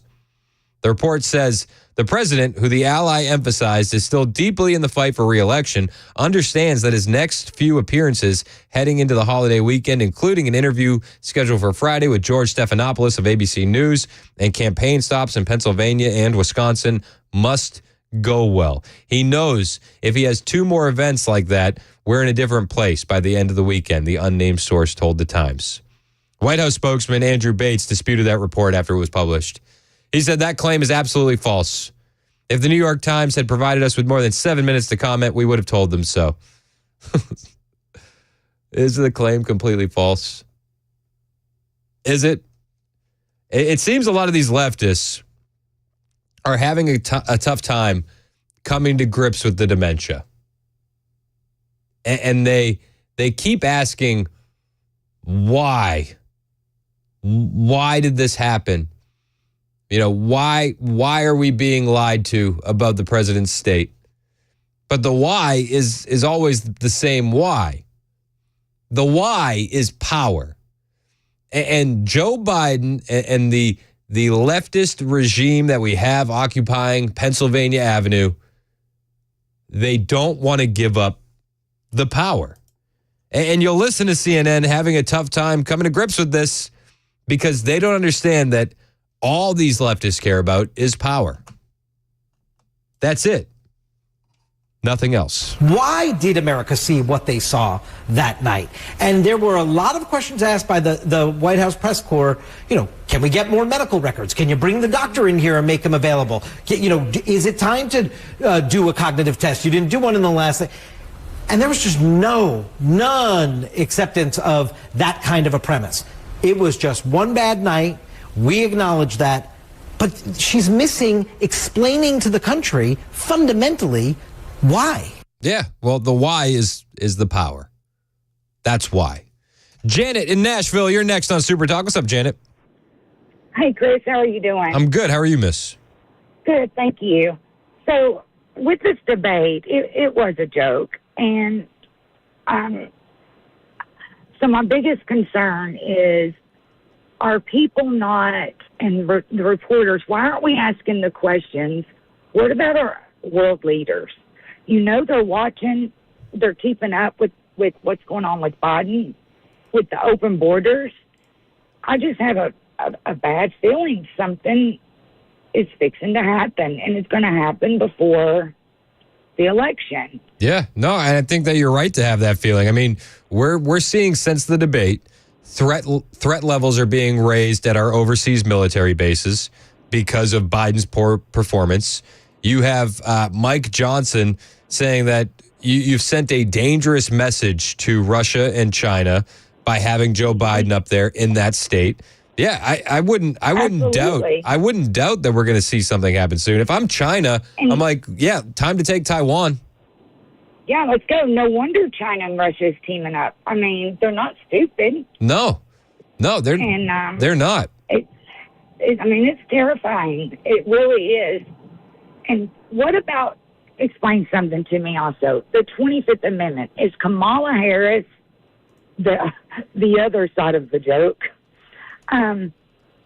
Is she the only one that can call the 25th Amendment? No, the 25th Amendment can be called by the vice president, and I believe it's Congress. The vice president would then get the powers and be acting president. We've just got to do something quick. I mean, really quick. I know, but they're looking at Kamala and they see somebody that is liked even less than Biden. Oh, I know. That's another whole scary situation right there. But the fact is that because she was a DEI hire, they can't leapfrog a black woman for Gavin Newsom. No. They can't leapfrog her for Gretchen Whitmer. It's not going to work. Oh my gosh, I think the word you're looking for is screwed, Janet. Yes, you're exactly right. I mean, You're exactly right. Listen, we got a few more months, and we're going to be at the election. So just hold hope and keep praying. It's 10:52 on Super Talk 99.7 WTN.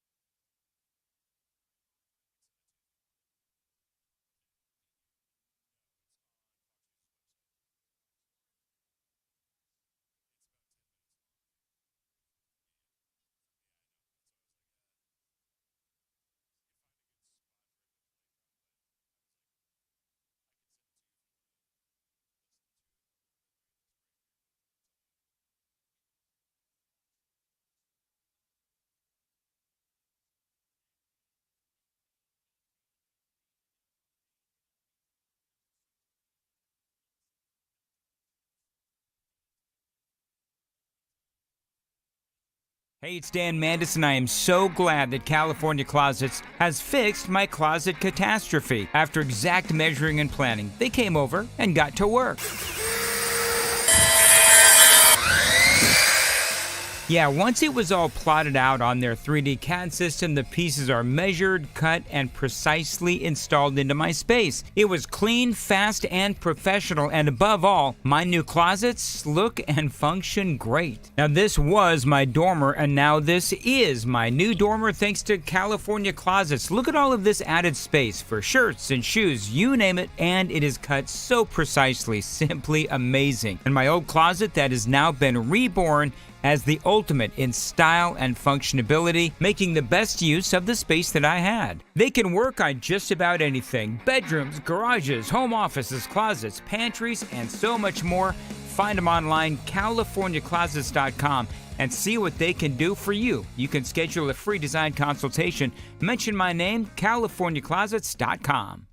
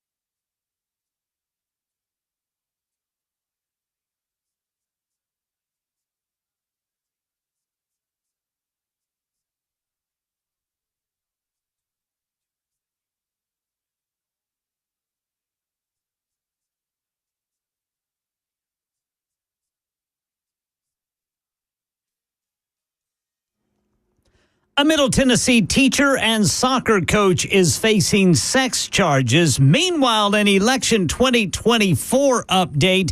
Reports are swirling about what President Biden is saying privately, coming up at 11 on Super Talk 99.7 WTN. Thank you, Ken. It's 10:57 on Super Talk 99.7 WTN. Mario in Smyrna, you're next on Super Talk. What's up, man? Hey, Chris, good morning. Hey, how we doing? Good. Hey, so these Democrats that are talking about Joe Biden needs to step down, if he doesn't, are they still going to vote for him?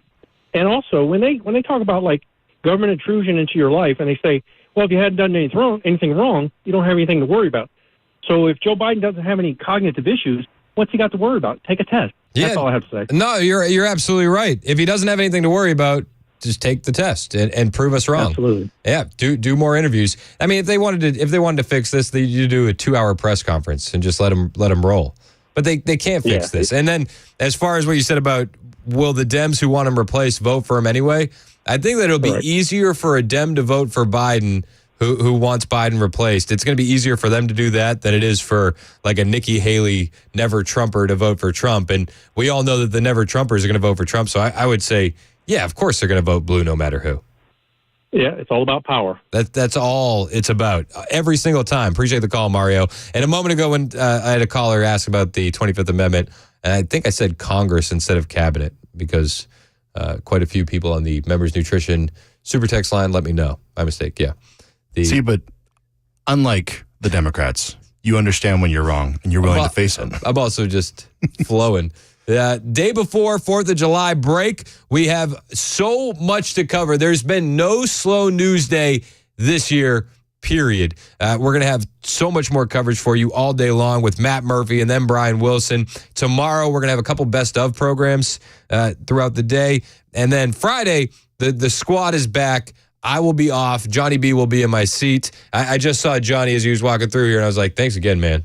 Appreciate you. Legend. You're going to be in good hands come Friday. And we got more to discuss on the flip side of Ken Weaver's newscast, which happens right now on Super Talk.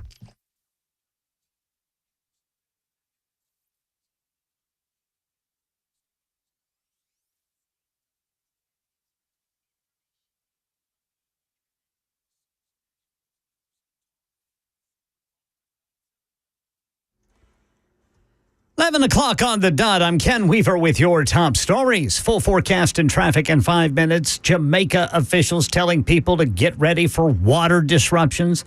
Power outages ahead of Hurricane Beryl making landfall. Faith Abube says the storm's packing winds of 120 to 140 miles per hour. Officials are telling people to get ready for water to be disrupted, power to be disrupted. So people are really heeding the warnings right now, but they're just waiting to see if the storm actually takes a hit here where we are in Montego Bay or elsewhere offshore. Election 2024 reports swirling that President Biden has privately acknowledged that the coming days are crucial to whether he can save his re-election bid.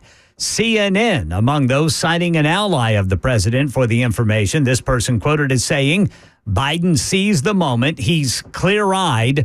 Meanwhile, the White House denying reporting by the New York Times that Biden acknowledged that he may not be able to save his campaign if he does not perform well in public events over the next several days.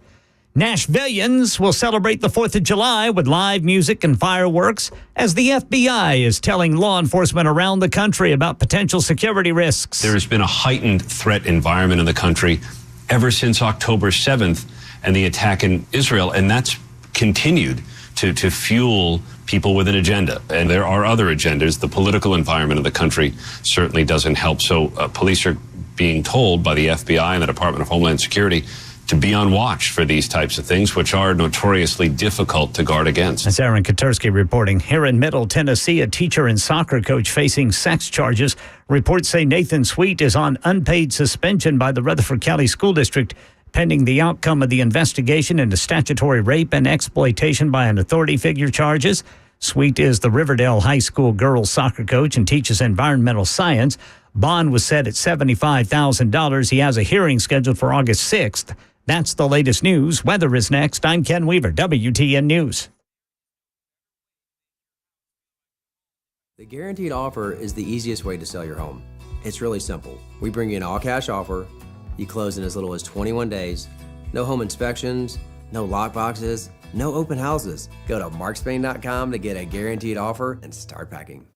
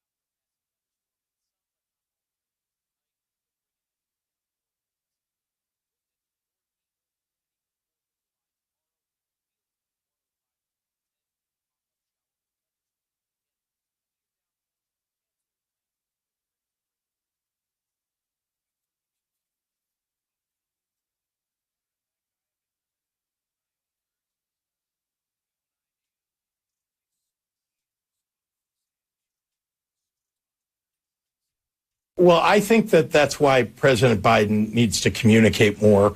We haven't heard a lot from him since the debate, and that's why the polls look as they do. I think that when you come off a bad debate, you need to remind people why you're the right guy to elect, and I know that Joe Biden will do that over the next couple of weeks. That's Governor J.B. Pritzker on CNN. Biden's just got to communicate more.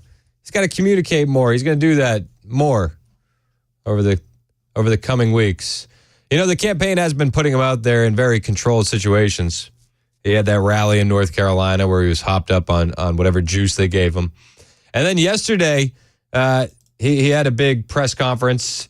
The heat, you guys, it's scary and expensive. Look, extreme weather events drive home a point that I've been saying for so long. Ignoring climate change is deadly and dangerous and irresponsible. These climate-fueled extreme weather events don't just affect people's lives, they also cost money, they hurt the economy, and they have a significant negative psychological effect on people. Significant negative psychological effect on people. These climate events, so scary, so expensive.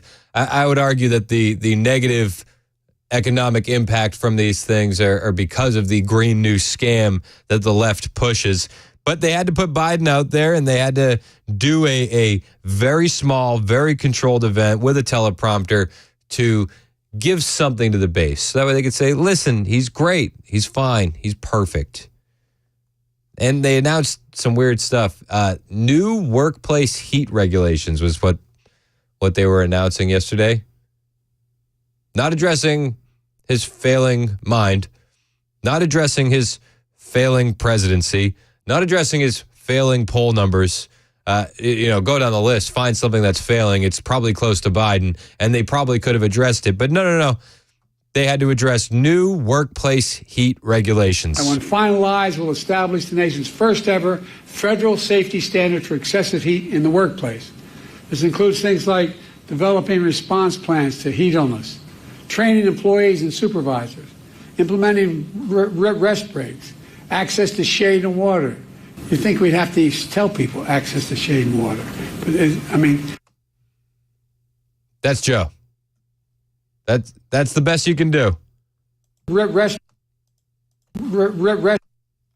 That's Joe. I will say this.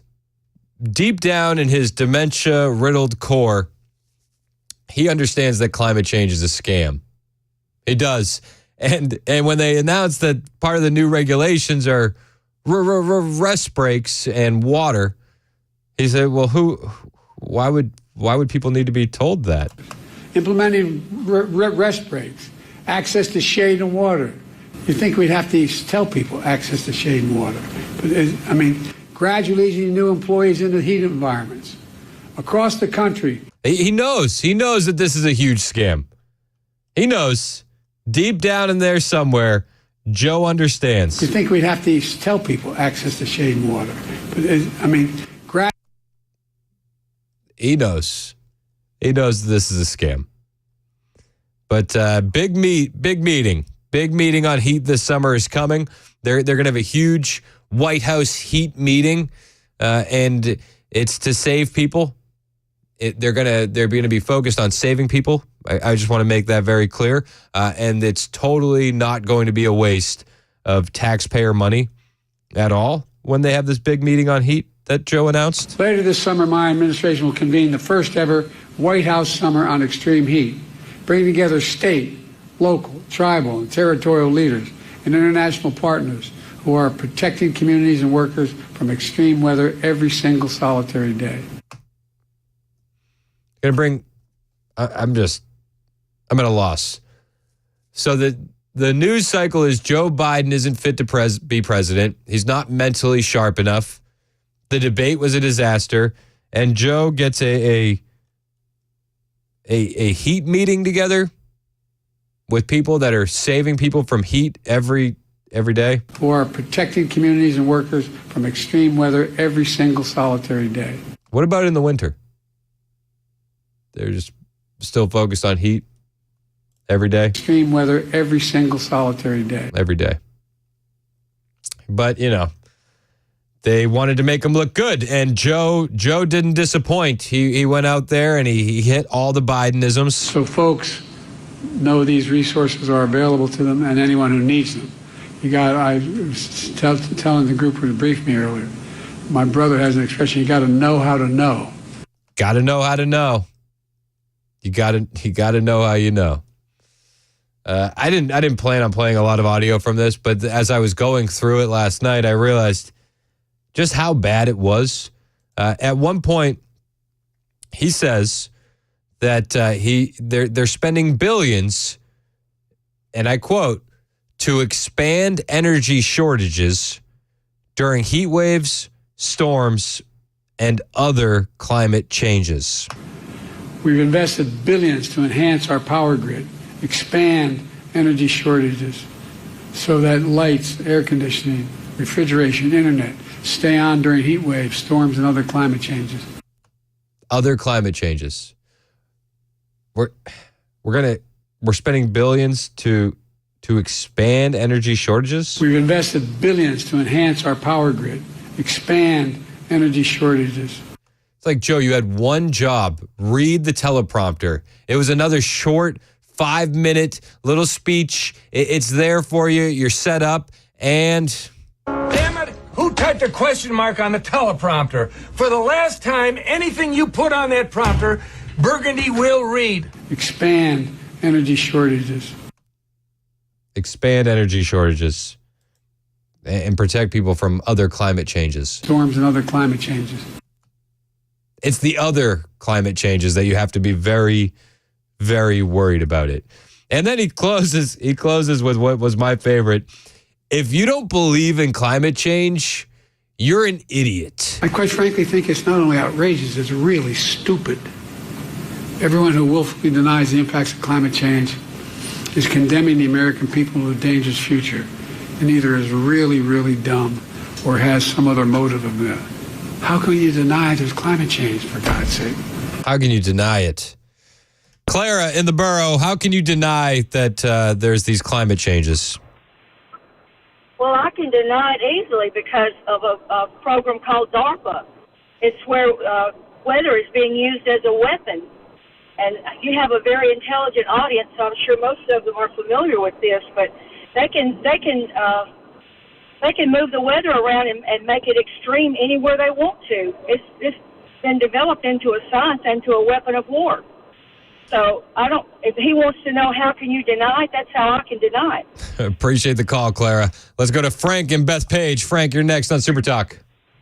This kills me listening to that tape about we're going to expand our power shortages, but that's an oxymoron for another time. But what about all the energy it's going to take? He said we're going to expand. We're going to expand energy shortages. Expand energy shortages. I mean, I believe him. I believe him. Another 4 years under Joe Biden, I think we will expand energy shortages. And how much is it going to cost to fly and bus everybody in there, or however they get there, their limos, everything else, from all these other countries to have this meeting? And is he going to turn the thermostat to 85 in the White House and say, I'm doing my part? Yep. Well, they're worried. So. They have to protect people every day from all these other climate changes. It's a cluster foxtrot. That's all I know. Yeah, you're absolutely right, Frank. Appreciate the call. 615-737-9986. So, yeah, Joe Biden's out there. They want him to do more interviews, and he's doing nice cookie-cutter climate change events. But the Biden ship is leaking. The ship is leaking. There are reports out that aides are scared bleepless of Joe Biden, that he's not a pleasant person. This report, the leak was reported by Politico, and they say it represents frustration within the Biden campaign, which is reeling from the poor debate performance and subsequent calls for Biden to drop out of the race. It's like you can't include that. That will set him off, or put that in. He likes that, one senior administration official told the outlet. It's a Rorschach test, not a briefing, because he is not a pleasant person to be around when he's being briefed. It's very difficult, and people are scared bleepless of him. He doesn't take advice from anyone other than those top few aides, and it becomes a perfect storm because he gets more and more isolated from their efforts to control it, the official added. Senior Deputy Press Secretary Andrew Bates claimed the leak was false. Don't believe what you're hearing. Don't believe what you're saying. This is just the Democrat Party in 2024. Should we not believe the polls giving Donald Trump a bump following the debate? Growing pressure on President Biden from inside his own party after last week's very poor debate performance.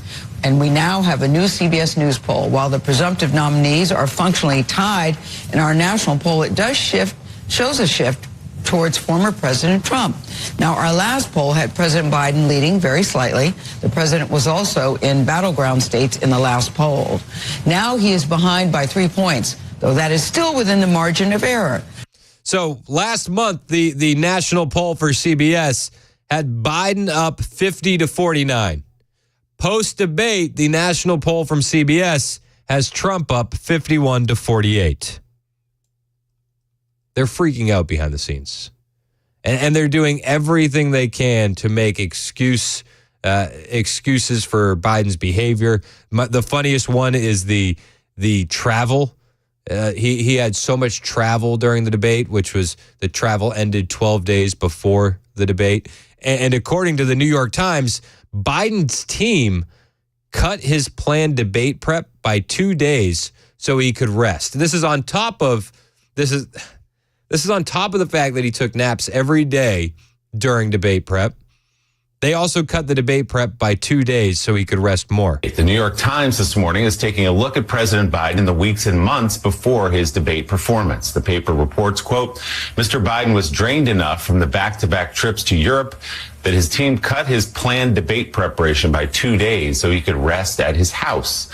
In the weeks and months leading up to the debate, several current and former officials and others who encountered him behind closed doors noticed he increasingly appeared confused or listless or would lose the thread of conversations. This is all from the New York Times. The paper continues, quote, like many people his age, Mr. Biden, 81, has long experienced instances in which he mangled a sentence, forgot a name, or mixed up a few facts, even though he could be sharp and engaged most of the time. But in interviews, people in the room with him more recently said the lapses seem to be growing more frequent, more pronounced, and more worrisome. Is this one of those cheap fakes? Is MSNBC in the cheap fake business? Cheap fakes. They might be. I think we have to all be on guard in the coming days and weeks and months about the cheap fakes that the leftist media is producing for Joe Biden. It's just like, it's one joke after another. And these people still get on TV and defend Joe Biden's cognitive state. Adrienne Elrod is one of those people. She's a top Biden campaign spokeswoman, and she's asking everyone to please stop talking about this. I think it's just getting a little silly here that we're talking about one night in this presidential campaign where, yes, he had a bad night. But why are we letting that, continue to make the news about what's at stake in this race? Please stop talking about it. Please stop. It was one night. He had a cold. He was sleepy. He told donors that he might have fallen asleep on stage at one point, or he was very close to. Please stop. This is an isolated incident. Please, guys. Please don't. Please. It's becoming really mean, you guys. Please, no, please, guys. Please, guys. Like, he was exhausted. President Biden has made it very clear. How many times does he have to say it, that he did not have his best night? He said at a fundraiser last night in McLean, Virginia, that he was tired. You've noted on the show, Mika, many times that, he traveled twice around the world. Okay, again, the travel was 12 days before the debate. He had 12 days to recover. He traveled around the world. They cut his debate prep by 2 days because he was exhausted so he could rest at home. He told, and Adrienne Elrod leaves it out in that clip, well, he told donors at a fundraiser that he was exhausted. Well, no. The reports are that he told the donors that he almost fell asleep on stage. Please, guys, stop talking about it, please. Is that how you think you would shore up your donors and the donor class to think that you're the right guy for the job? I'm in one of the most important moments of my presidency, looking for a re-election, a second term, and gosh darn it, almost fell asleep. Guys, please don't. Please don't talk about it. Please. I mean, we're going to talk about it. That's all anybody is going to be talking about. This is going to dominate the conversation at 4th of July barbecues all over America. I'm sure of it. And I'm waiting for the Members Nutrition text line to remind me that it's Independence Day, not 4th of July. I get it. I'm not allowed to say things a certain way, but whatever. Looking forward to my 4th of July barbecue. It's what? I mean, there's all these rules. Well, you're Canadian. You just don't get it yet. All right. There it is. It's 11:21 on Super Talk 99.7 WTN. Hey, it's Chris Hand for my friends at Busy Bee Plumbing, Heating, and Cooling. If your AC is not working right now, you can feel it. I was talking to Mason. He's having AC issues. And I said to him, call my friends at Busy Bee. Because if your AC is not working, that is an issue this time of year in Middle Tennessee. Now, maybe you just need annual maintenance. Maybe you need to repair. Maybe you need to replace. Well, call who I trust, Busy Bee Plumbing, Heating, and Cooling. And you're not going to find a better value on replacement systems. They offer up to 12 months with no payment, no interest, with approved credit. And it'll pay in so many ways to sign up to become a Beehive Club member. It pays for itself. For just $99, you get 3 annual tune-ups, one for your heating, one for your cooling, one for your plumbing, a 10% discount on all repairs, priority front-of-the-line service, a $100 annual accrued replacement credit with a maximum of $1,000, no overtime or holiday fees, and exclusive Beehive member promotions. It will pay for itself when you join the Beehive Club. Busy Bee's your Rude Pro partner for satisfaction guaranteed. Call Busy Bee Plumbing, Heating, and Cooling, 615-775-7833. That's 615-775-7833. Online at busybehvac.com.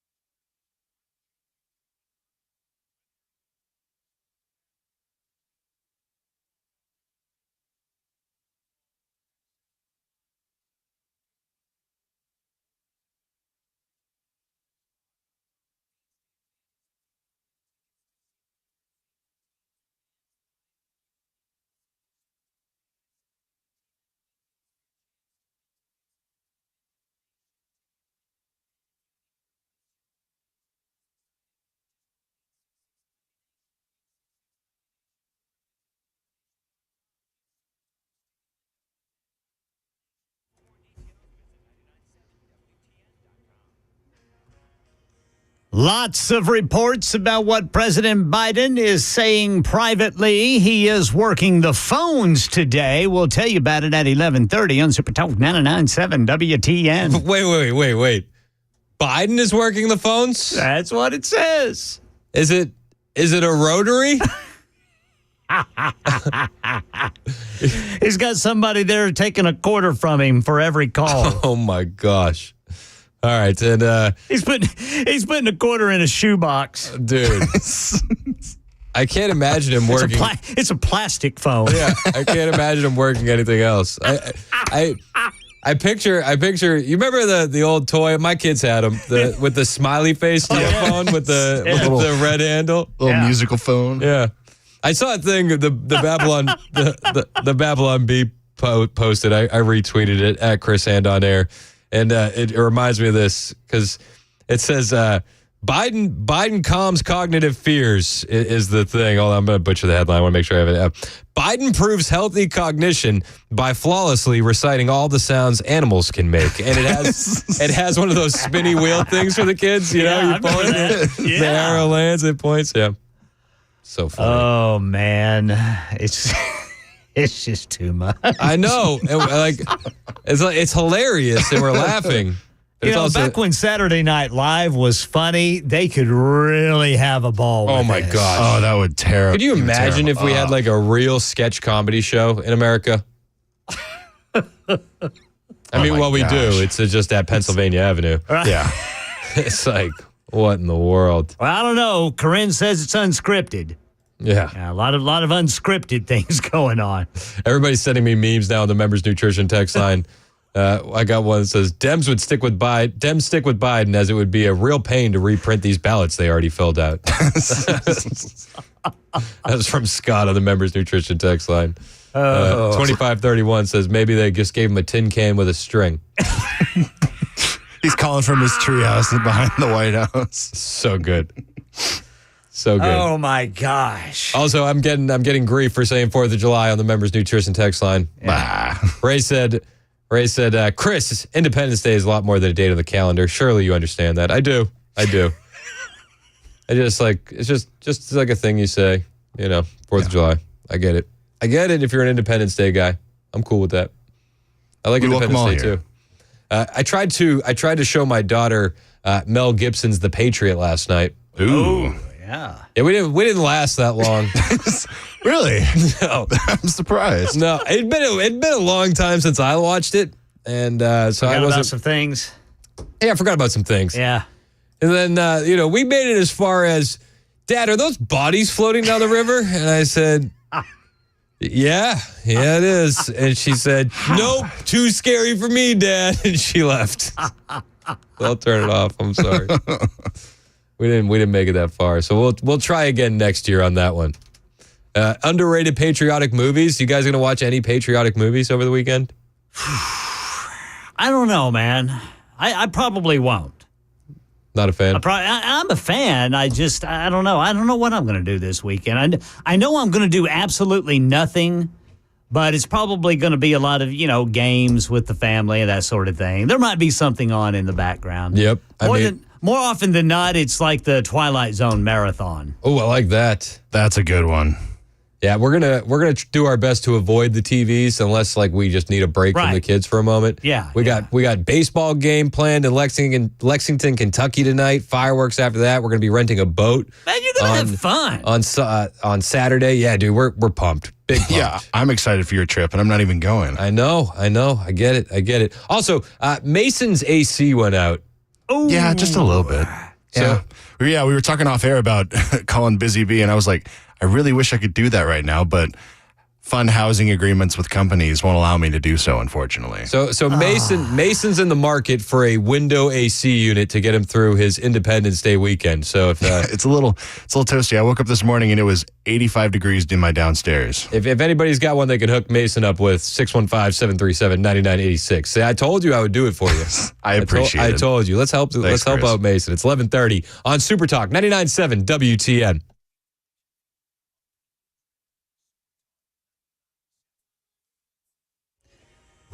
All right, got traffic issues right now. Robertson County, a stalled vehicle blocking the right lane 24 westbound at the McMahon Hollow Road overpass. And then in West Nashville, got road work, left 3 lanes blocked, 40 eastbound there at 46th Avenue. And election 2024 reports are swirling. President Biden has privately acknowledged he may have to drop his reelection bid. CNN citing an ally of the president for the information saying he, Biden, sees the moment. He's clear-eyed, end quote. ABC, Selena Wang reports Biden's blaming his recent international travel for his poor debate performance. The president today is working the phones. We are told that he is finally now reaching out to those Democratic leaders in Congress. There's been a lot of frustration that it has taken several days after the debate for the president to finally do that. Nashville Mayor Freddie O'Connell's transportation plan closer to being put on the November ballot. Channel 4 says Metro Council passed an ordinance last night that requests the Election Commission to hold a referendum election on November 5th, where voters will decide whether to approve a half-cent increase in the sales tax to pay for those transportation improvements. That's the latest news. Weather is next. I'm Ken Weaver, WTN News. Hey, it's Dan Mandis, and I am so glad that California Closets has fixed my closet catastrophe. After exact measuring and planning, they came over and got to work.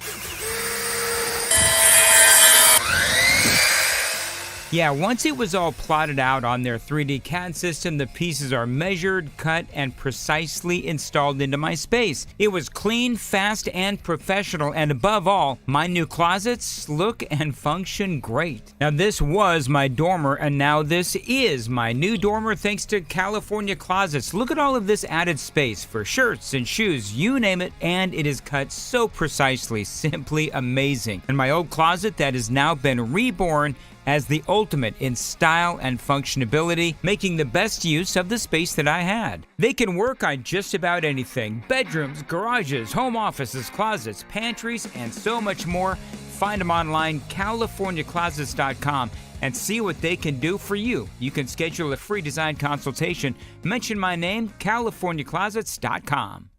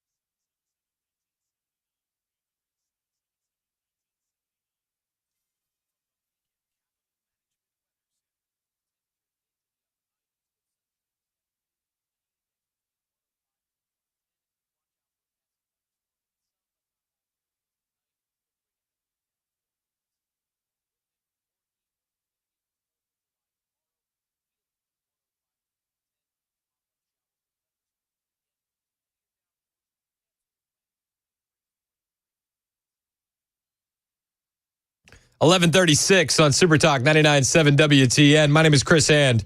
I'm just careening through Twitter while I'm on the break, and saw a tweet from ALX. Do you follow ALX on Twitter? He's a good guy. I've met him a couple times. He just posted, "Hang in there, Joe Biden. Don't cave to the pressure of unelected journalists.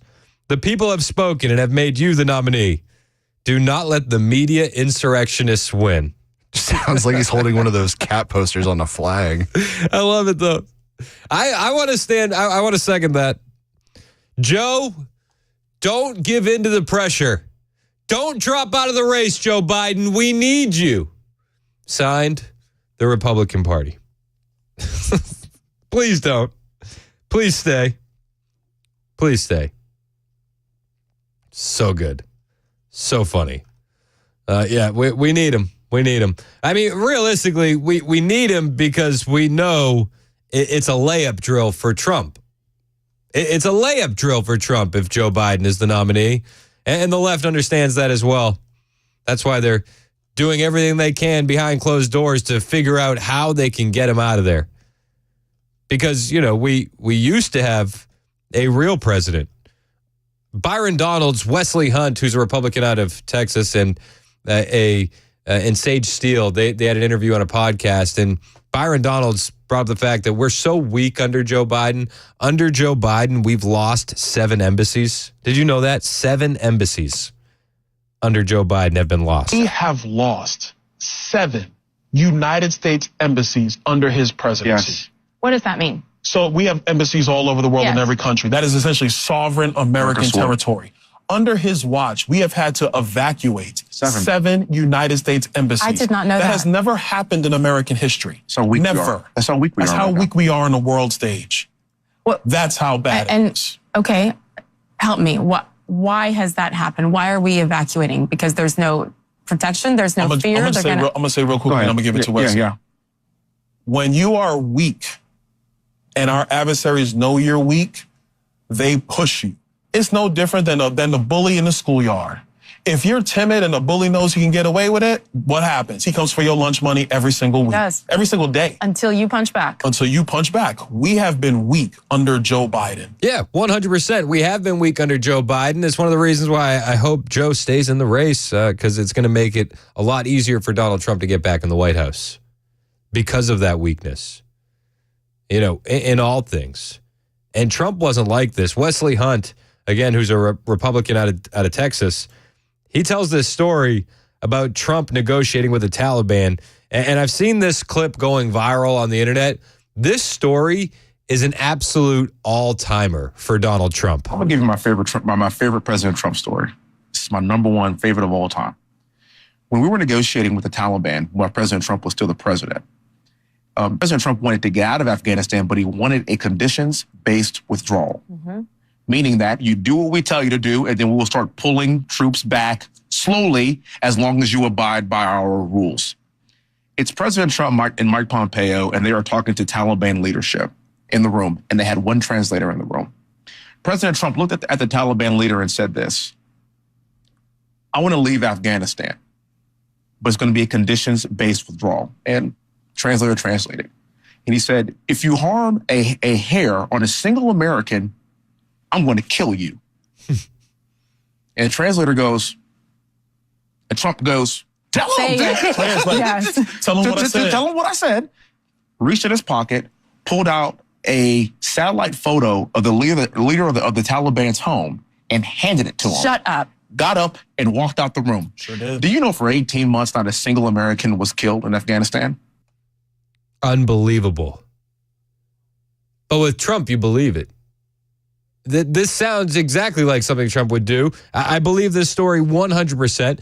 Trump tells the guy through a translator, "If you harm a single American, I will kill you." The translator gives him a bug-eyed look, and he says, "Tell him." So he tells the Taliban leader, "If you harm one American, Donald Trump will kill you."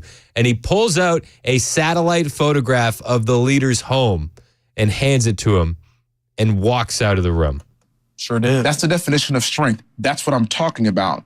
And so you could imagine that kind of sentiment being around the world. If we have an embassy in another country, no one's going to touch it. No, and that was the way Trump rolled. You know, we've all heard the famous line that he delivered to Russia and Putin and those guys, like, if you take Ukraine, I'll nuke Moscow. Did they believe me? He was asked. He said, 5%, but that's enough. 5%. That's enough. That's what we need back in the White House. Deb in the borough, you're up next on Super Talk. What's up, Deb?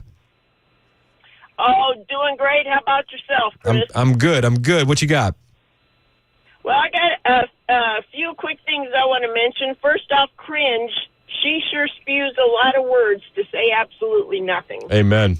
She doesn't answer any of the important questions either, you know? Like, is the president disabled? Right. She just talks in circles and says nothing.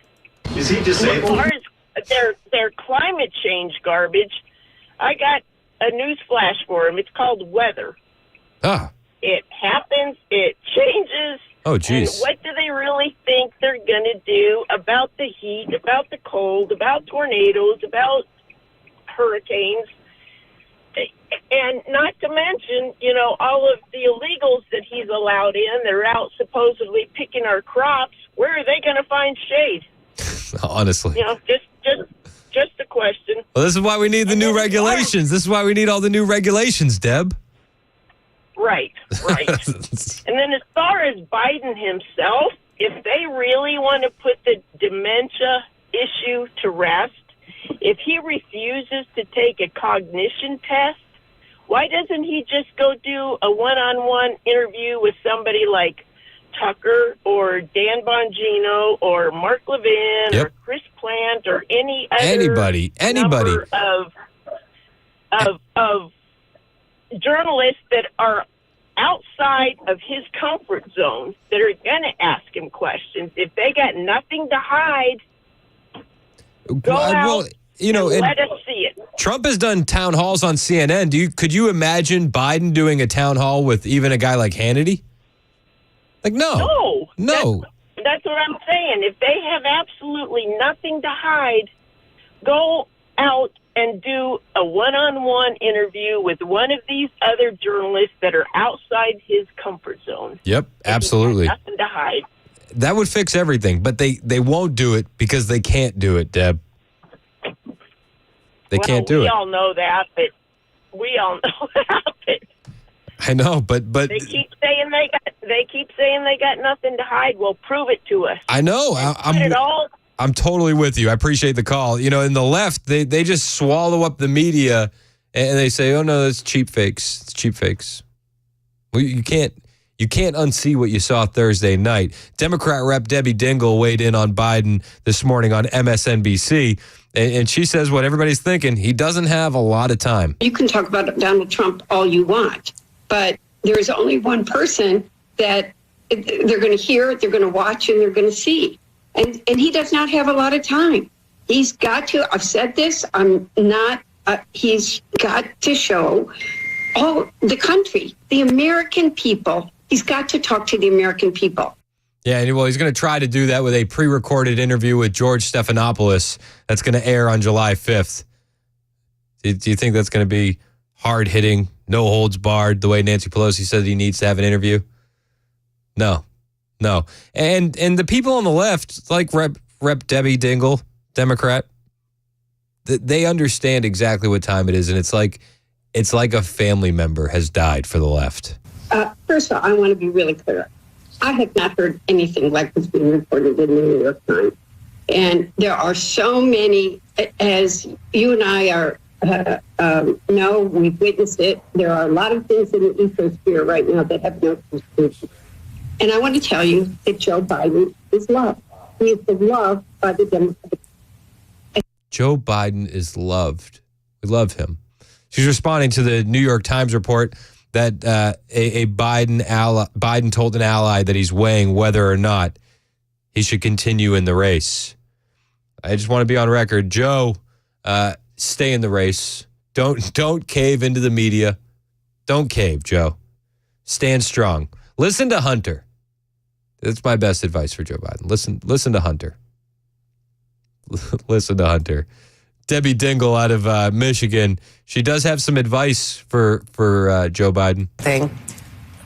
Staff members and others are expressing concern that his son Hunter, as much as he loves him, has been in the West Wing in staff meetings this week as an advisor. Is that wise? I don't know the facts on that. I don't know what the meetings are. I think, I've lived in that glass bowl for a long time. You have to know that people are watching every single move. And right now, you're being watched even more. So you've got to be smart. You got to be smart, Joe. She's responding to reports there that Hunter Biden has been in the room by Joe's side, post-debate, meeting with Joe while he's meeting with senior advisors and senior staff. Breaking news. We're now learning that Hunter Biden is attending some of the president's meetings at the White House, staying close to his father post-debate. You know, when I first heard this report, I was like, oh my gosh, how could he do this? A convicted felon in the White House. And then now that I'm hearing the reports from the New York Times that Biden told an ally he's weighing whether or not he should drop out of the race, I'm thinking like, Hunter, don't leave his side. Don't leave his side. We can't let anyone get to this man and talk him into dropping out. But the reports are fascinating. NBC's Monica Alba is reporting from Washington, D.C. What more can you tell us, Monica? Well, these are new details coming into our team, Chris, along with my colleagues, Kristen Welker, Mike Memley, and Sarah Fitzpatrick. We have learned from sources familiar with the situation at the White House that Hunter Biden has been by his father's side ever since they were at Camp David this weekend as a family, where they had some discussions about the president's potential path forward here and his reelection campaign, and that since he returned from Camp David last evening with his father, we understand that Hunter Biden has even joined some meetings and conversations that have taken place between the president and some of his most senior advisors and senior staff. I mean, again, when I first heard the reports that Hunter is in the room, Hunter is in meetings, I thought, why? And now that we hear reports that Biden is telling close allies he's weighing whether he should continue on in the race, I'm thinking, Hunter, don't leave. Hunter, stay by Joe's side. Stay in his ear. Tell your dad to stay strong, Hunter. We need him. With love, the Republican Party. It's 11:48 on Super Talk 99.7 WTN.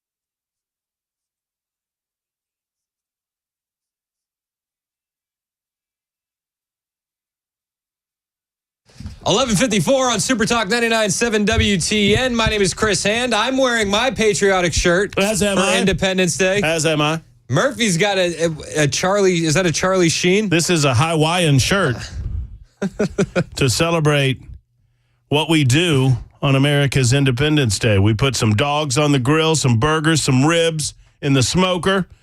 We get it on. We get our eat on for Benjamin Franklin and Thomas Jefferson and John Adams and George W. Was Benjamin Franklin wearing this kind of thing? My wife would not let me wear my Suck at England shirt. Why? She said it was rude. Oh. I'm like, too soon? What? Come on. So it's Erica's fault. Beat hell out of England. We did. We did. I tried to watch The Patriot last night with Kennedy. Yeah. I hadn't watched it in a while. It gets pretty rough, doesn't it? It's like 20 minutes in, there's bodies floating down the river. She's like, I don't think I can watch this. I was like, that's probably a good idea. So Kennedy told you that? Yeah. You have. I know that we all have sung your praises. I don't know that I have done as much as I should, but against my better judgment, I'm going to tell you what a great father you must have been. Or maybe it's Virginia. One way or the other, you've got great kids. Yeah. They're great kids. It is Virginia. It is Virginia 100%. And Kennedy was in her red dress the other night at the debate watch party before the carnage. And she looked great. And yes, she's a very smart young lady. Yeah. I don't think so you raise a young girl that says, hey, Dad, I don't think I should watch this. Okay, get out of here. I was like, why? What's wrong? I'm like half doing show prep, and I look up, and it's like bodies floating in the river. I'm like, oh, I forgot about all the murder. I forgot about all that. One of the best things going for me, and I did not catch this when it first came around, so maybe everybody's like, where you been, Murph? But I think I told you the Kelsey Grammer stuff that is going on Fox Business, where he talks about the patriotism of the United States of America early in our formation and the colonies and the battles that won America, I think is the name of the show. But they do a lot of American Revolution stuff. And I absolutely love diving deep into that kind of thing. It's so cool. And it's so fun that Kelsey Grammer is doing the narration because you love his voice. And yeah, it's very cool. Yeah, I love that stuff. What are you doing this weekend? What are your big plans? Okay, so I have an OCD weekend planned, which is very nice. I am going to my in-laws, and we have a 20 cubic yard rollback in place right now, and we're cleaning up that property so that, we're just cleaning up the property. What does that mean in English? What is a 20 cubic rollback? It's a big-ass dumpster. Oh. Like it's one of those that roll off the thing. Why didn't you just lead with big-ass dumpster? Big-ass dumpster. B-A-D. Bad. What are you filling the dumpster with? Refuse. Refuse. Well, Bob and Susie run a stained glass company, or have run a stained glass company, and they're shutting that down. They're in the late 70s, and so a lot of the stuff that accumulates over years and years and decades at their shop area has accumulated. And so I have convinced Bob to let me burn half of it. Anything that will burn, he will allow me to burn. I'm not a pyromaniac. I just like to watch things burn. So we're doing that. And then, so there's big bonfires going on, and then, and we're throwing stuff away. Well, and America. Then in perfect radio segue form, you've been enjoying watching things burn for the left. I've been enjoying it, but now we're at a point where are they going to actually replace Biden? It's going to take a turn at noon today, Chris. I'm taking a turn on this. I don't mean to be the god to call the baby ugly, but I have to. This is a worst case scenario for conservatives. This is a worst case scenario for libertarians. Anyone that loves this country and our future and our past and our Constitution, this is bad because they're actually going to do what we've been telling them they need to do. They're going to replace this guy. Is it 100% in your mind? Like, where are you? I'm at this point, I'm at 50-50. The only way they don't is for him to convince America that he has the stamina not only to be the president of the United States, but to win another election. See, how does he do that? I think that ship has sailed. I don't think that there's any convincing people. And if I'm Trump, I would never do another debate. I remember last debate. The American people remember the last debate. Joe might not, but it's in the best interest of the country to not do it. You say, I just can't. I can't do it. It was so sad watching what I saw. I can't do that to his family. It's not good for us for America, national security interests. It's not good for his family. Can't do it. Obviously, clearly. So I fear that we are the dog that caught the car. And so now I'm going to ask the audience, what are we going to do with the car? Well, we either we root for Biden, we're conservatives for Biden, or CFB, baby. Or we're praying for Kamala.